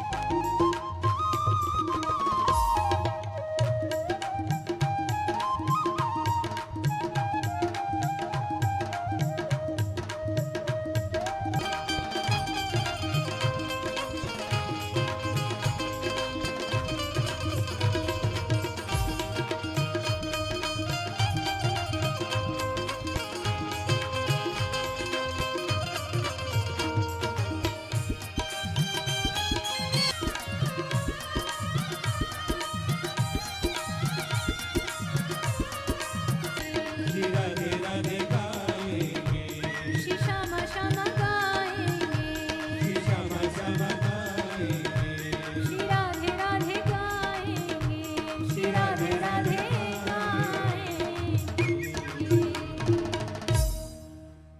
बोलिए श्री राधा रानी सरकार की, जय श्री वृंदावन धाम की। जय।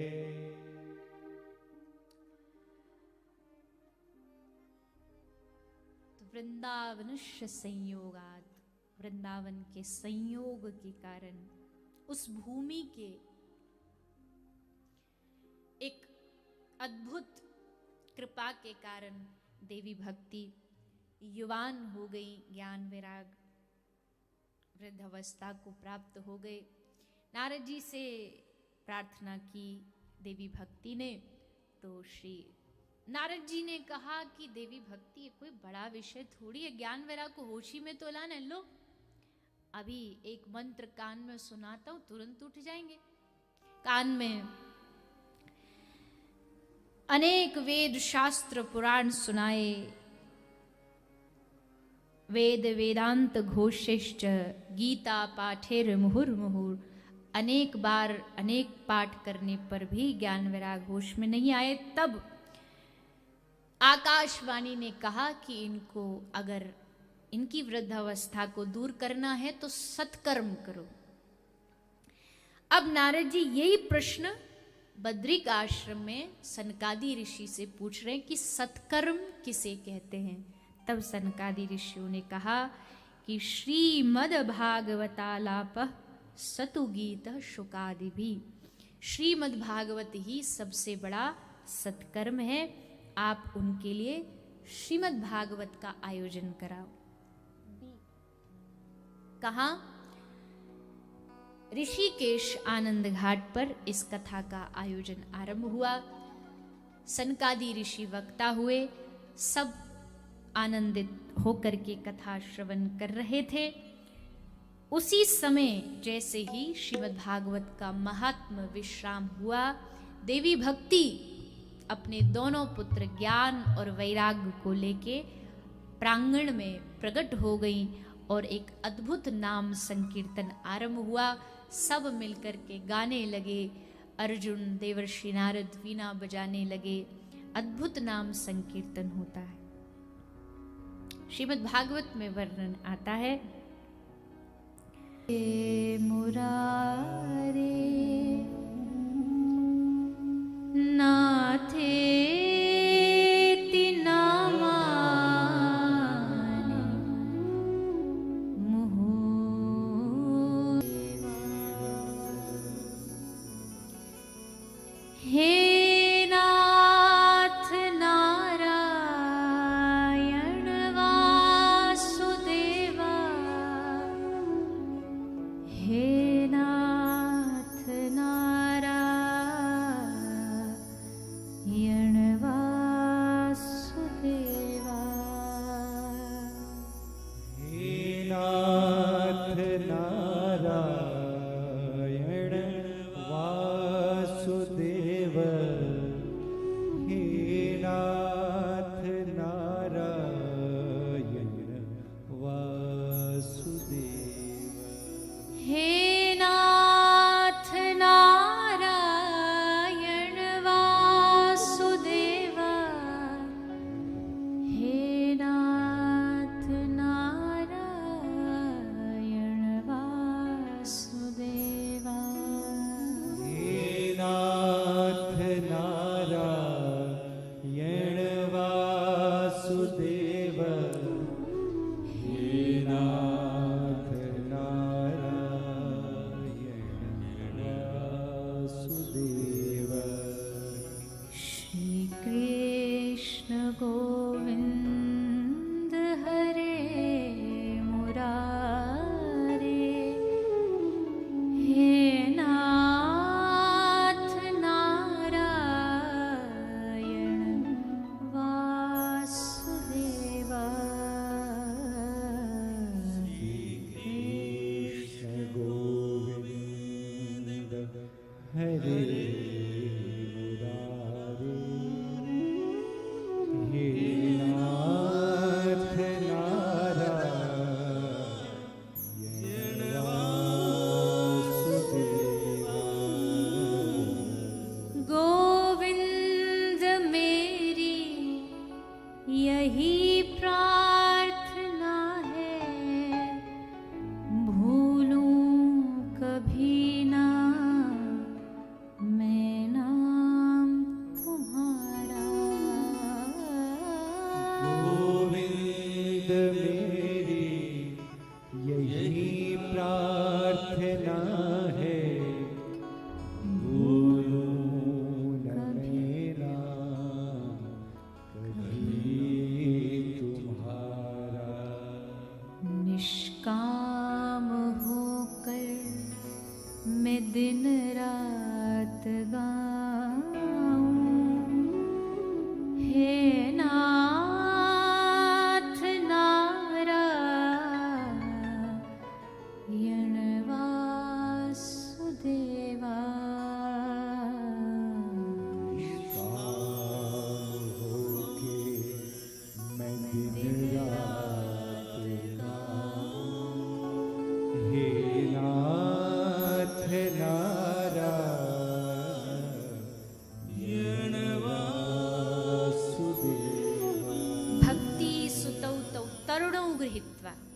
देवी भक्ति, तरुण और उनके दोनों पुत्र ज्ञान वैराग भी तरुण अवस्था में प्रकट हो गए और जोर जोर से हरिनाम संकीर्तन करने लगे।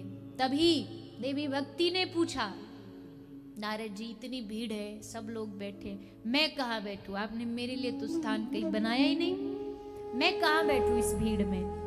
तब देवर्षि नारद जी ने कहा, हे देवी, निरंतरम वैष्णव मानसानी।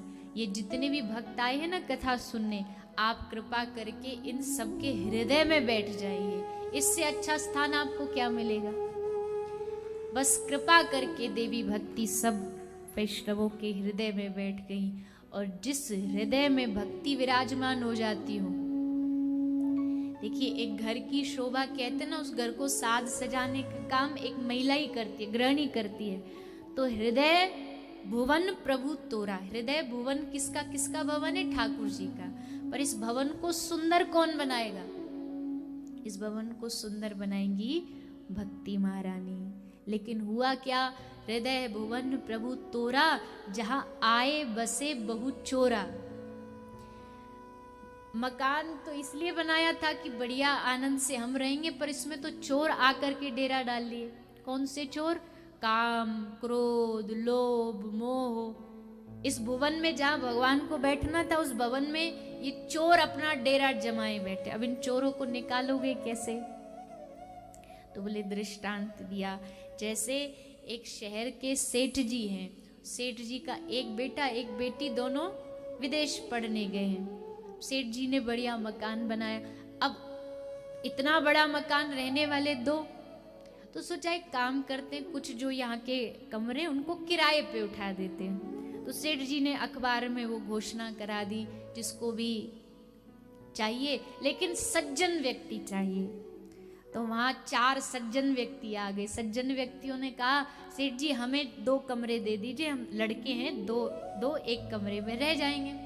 सेठ जी ने सोचा सज्जन है, दे दो, दे दिया। लेकिन वो सज्जन ऐसे सज्जन निकले, रोज शराब पी के आते, जुआरी दोस्तों को घर बुला लेते, वहीं डेरा डाल के पूरी रात उल्टी सीधी बातें, खाना पीना, मांसाहार करना। सेठ जी ने सोचा ये तो गड़बड़ हो गई, हमने तो अच्छी के लिए कहा, यहाँ तो सब उल्टा हो गया। तो सेठ जी ने कहा निकल जाओ, हमको नहीं रखना तुम लोग को, जाओ यहाँ से, हमारे कोई हमें किराए पे नहीं देना। अब वो सज्जन तो थे ही, पर थोड़े से दबंग भी थे। अब तो बोले हम नहीं निकलेंगे यहाँ से।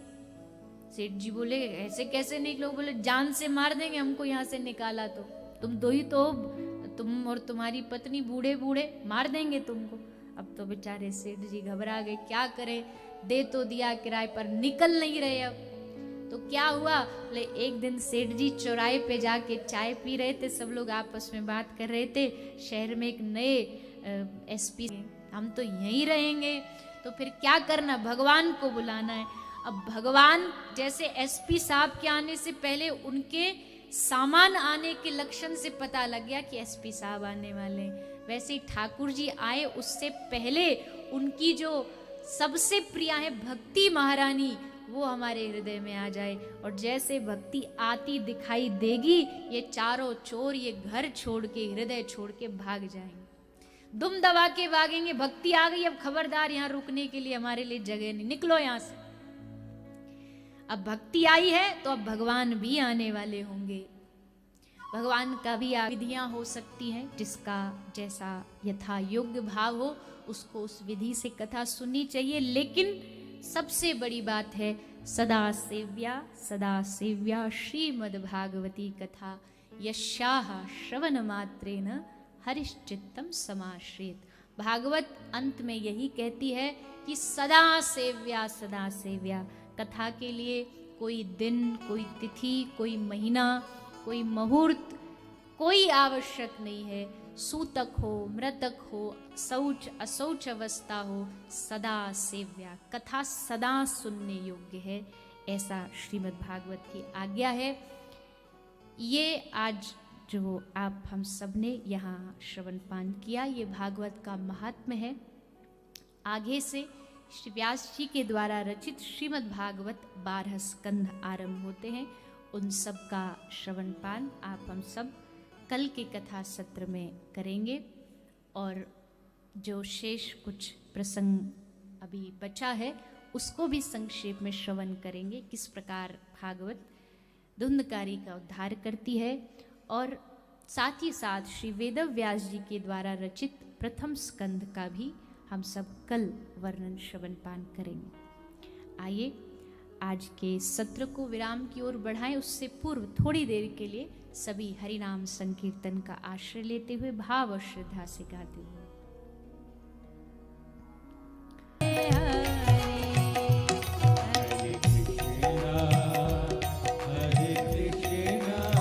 सभी अपने अपने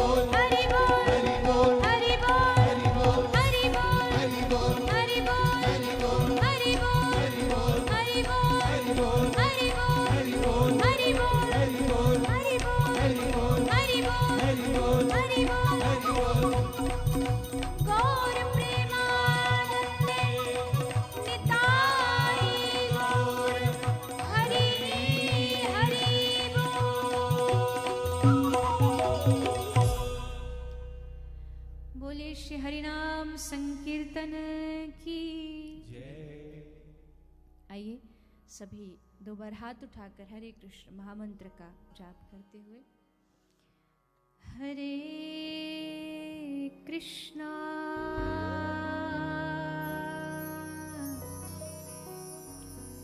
हरे कृष्णा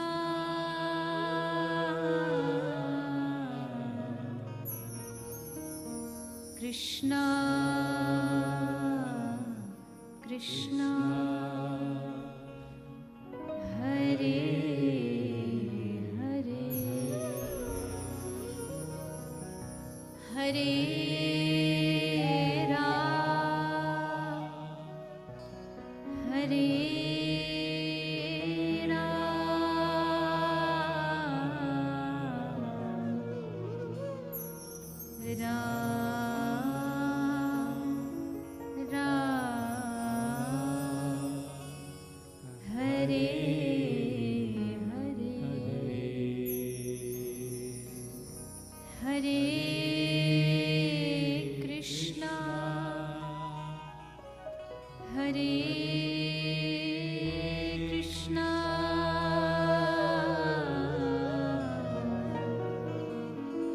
कृष्णा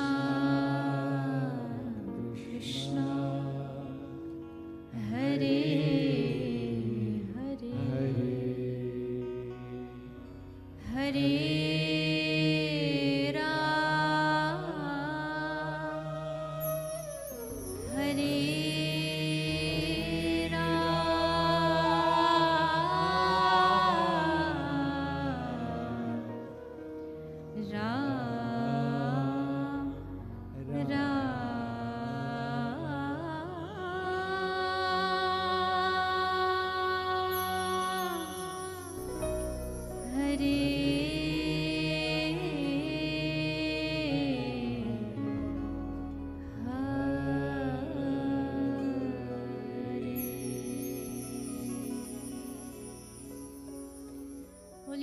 वृंदावन बिहारी लाल की, राधे गोविंद सरकार की, श्रीमद् भागवत महापुराण की, गौ माता की, सत्य सनातन धर्म की, जय जय श्री राम, जय जय श्री राम, जय जय श्री राम।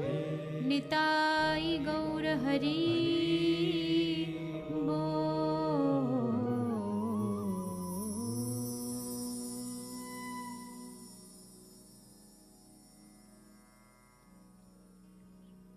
श्री राधे राधे।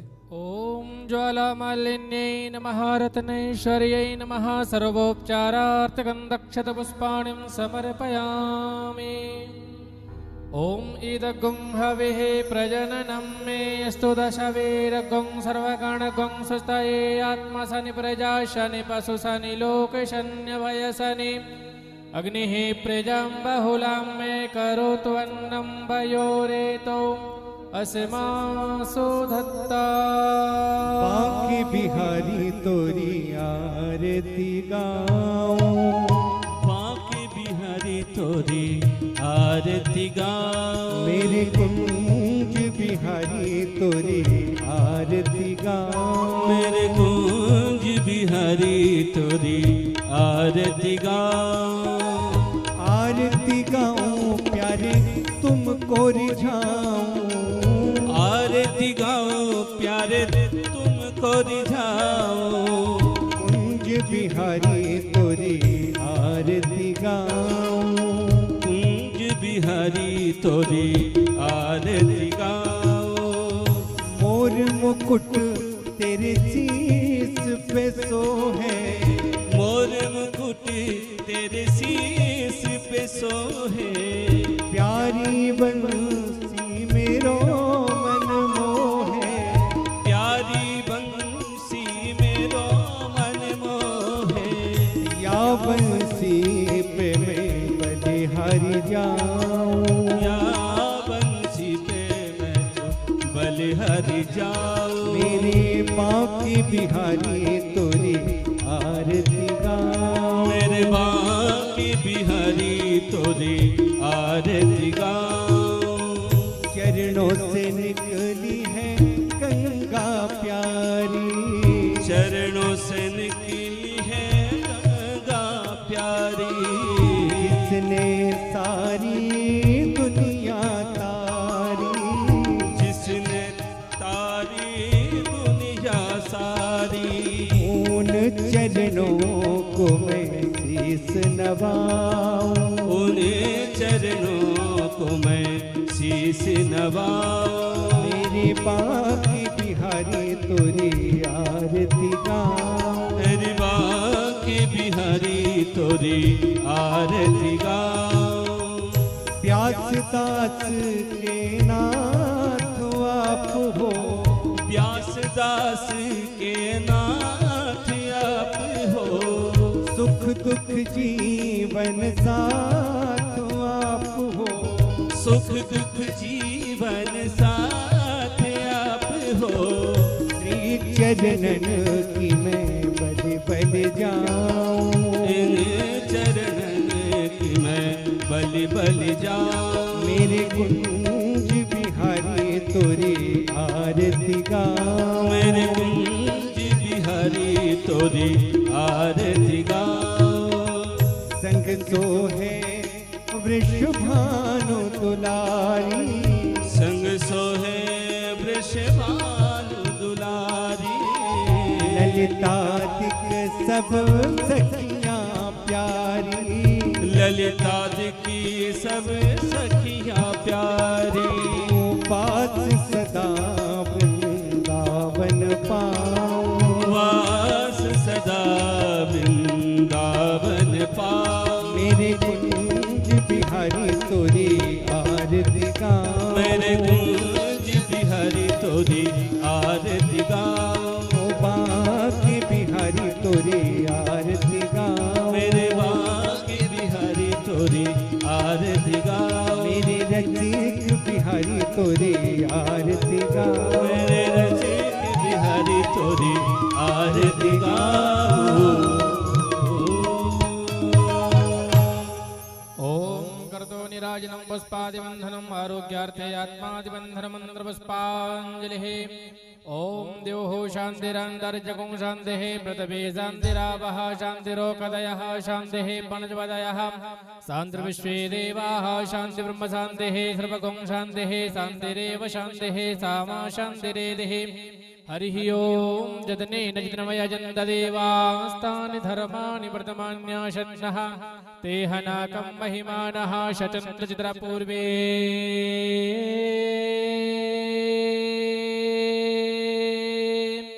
साध्याः शन्तिदेवाः। हरिः ओम एकदन्ताय विद्महे वक्रतुण्डाय धीमहि तन्नो दन्तिः प्रचोदयात्। हरिः ओम महालक्ष्मी च विद्महे विष्णुपत्नी च धीमहि तन्ना लक्ष्मीः प्रचोदयात्। सेवन्ति कावकुलचम्बक पाटलाब्जे पुन्नः गजाति करवीररसाल पुष्पे बिल्वप्रवाल तुलसी दलमञ्जरीभिः त्वां पूजयामि जगदीश्वर मे प्रसीदा।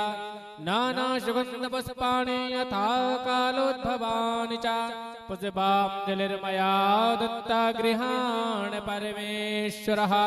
मन्त्रपुष्पाञ्जलिं समर्पयामि श्रीमद्भागवत महापुराण पुरुषोत्तमाय नमः। बोलिए भागवत महापुराण की, वृंदावन बिहारी लाल की, व्यास जी महाराज की, सुखदेव जी महाराज की, राधा रानी सरकार की, सदगुरुदेव भगवान की, श्री राधे गोविंद सरकार की। धर्म की अधर्म का प्राणियों में विश्व का सत्य सनातन धर्म की गौ माता की, गौ माता की, गौ माता की जय जय श्री राधे, जय जय श्री राधे, जय जय श्री राधे श्याम। नमः पार्वते पतये हर हर महादेव।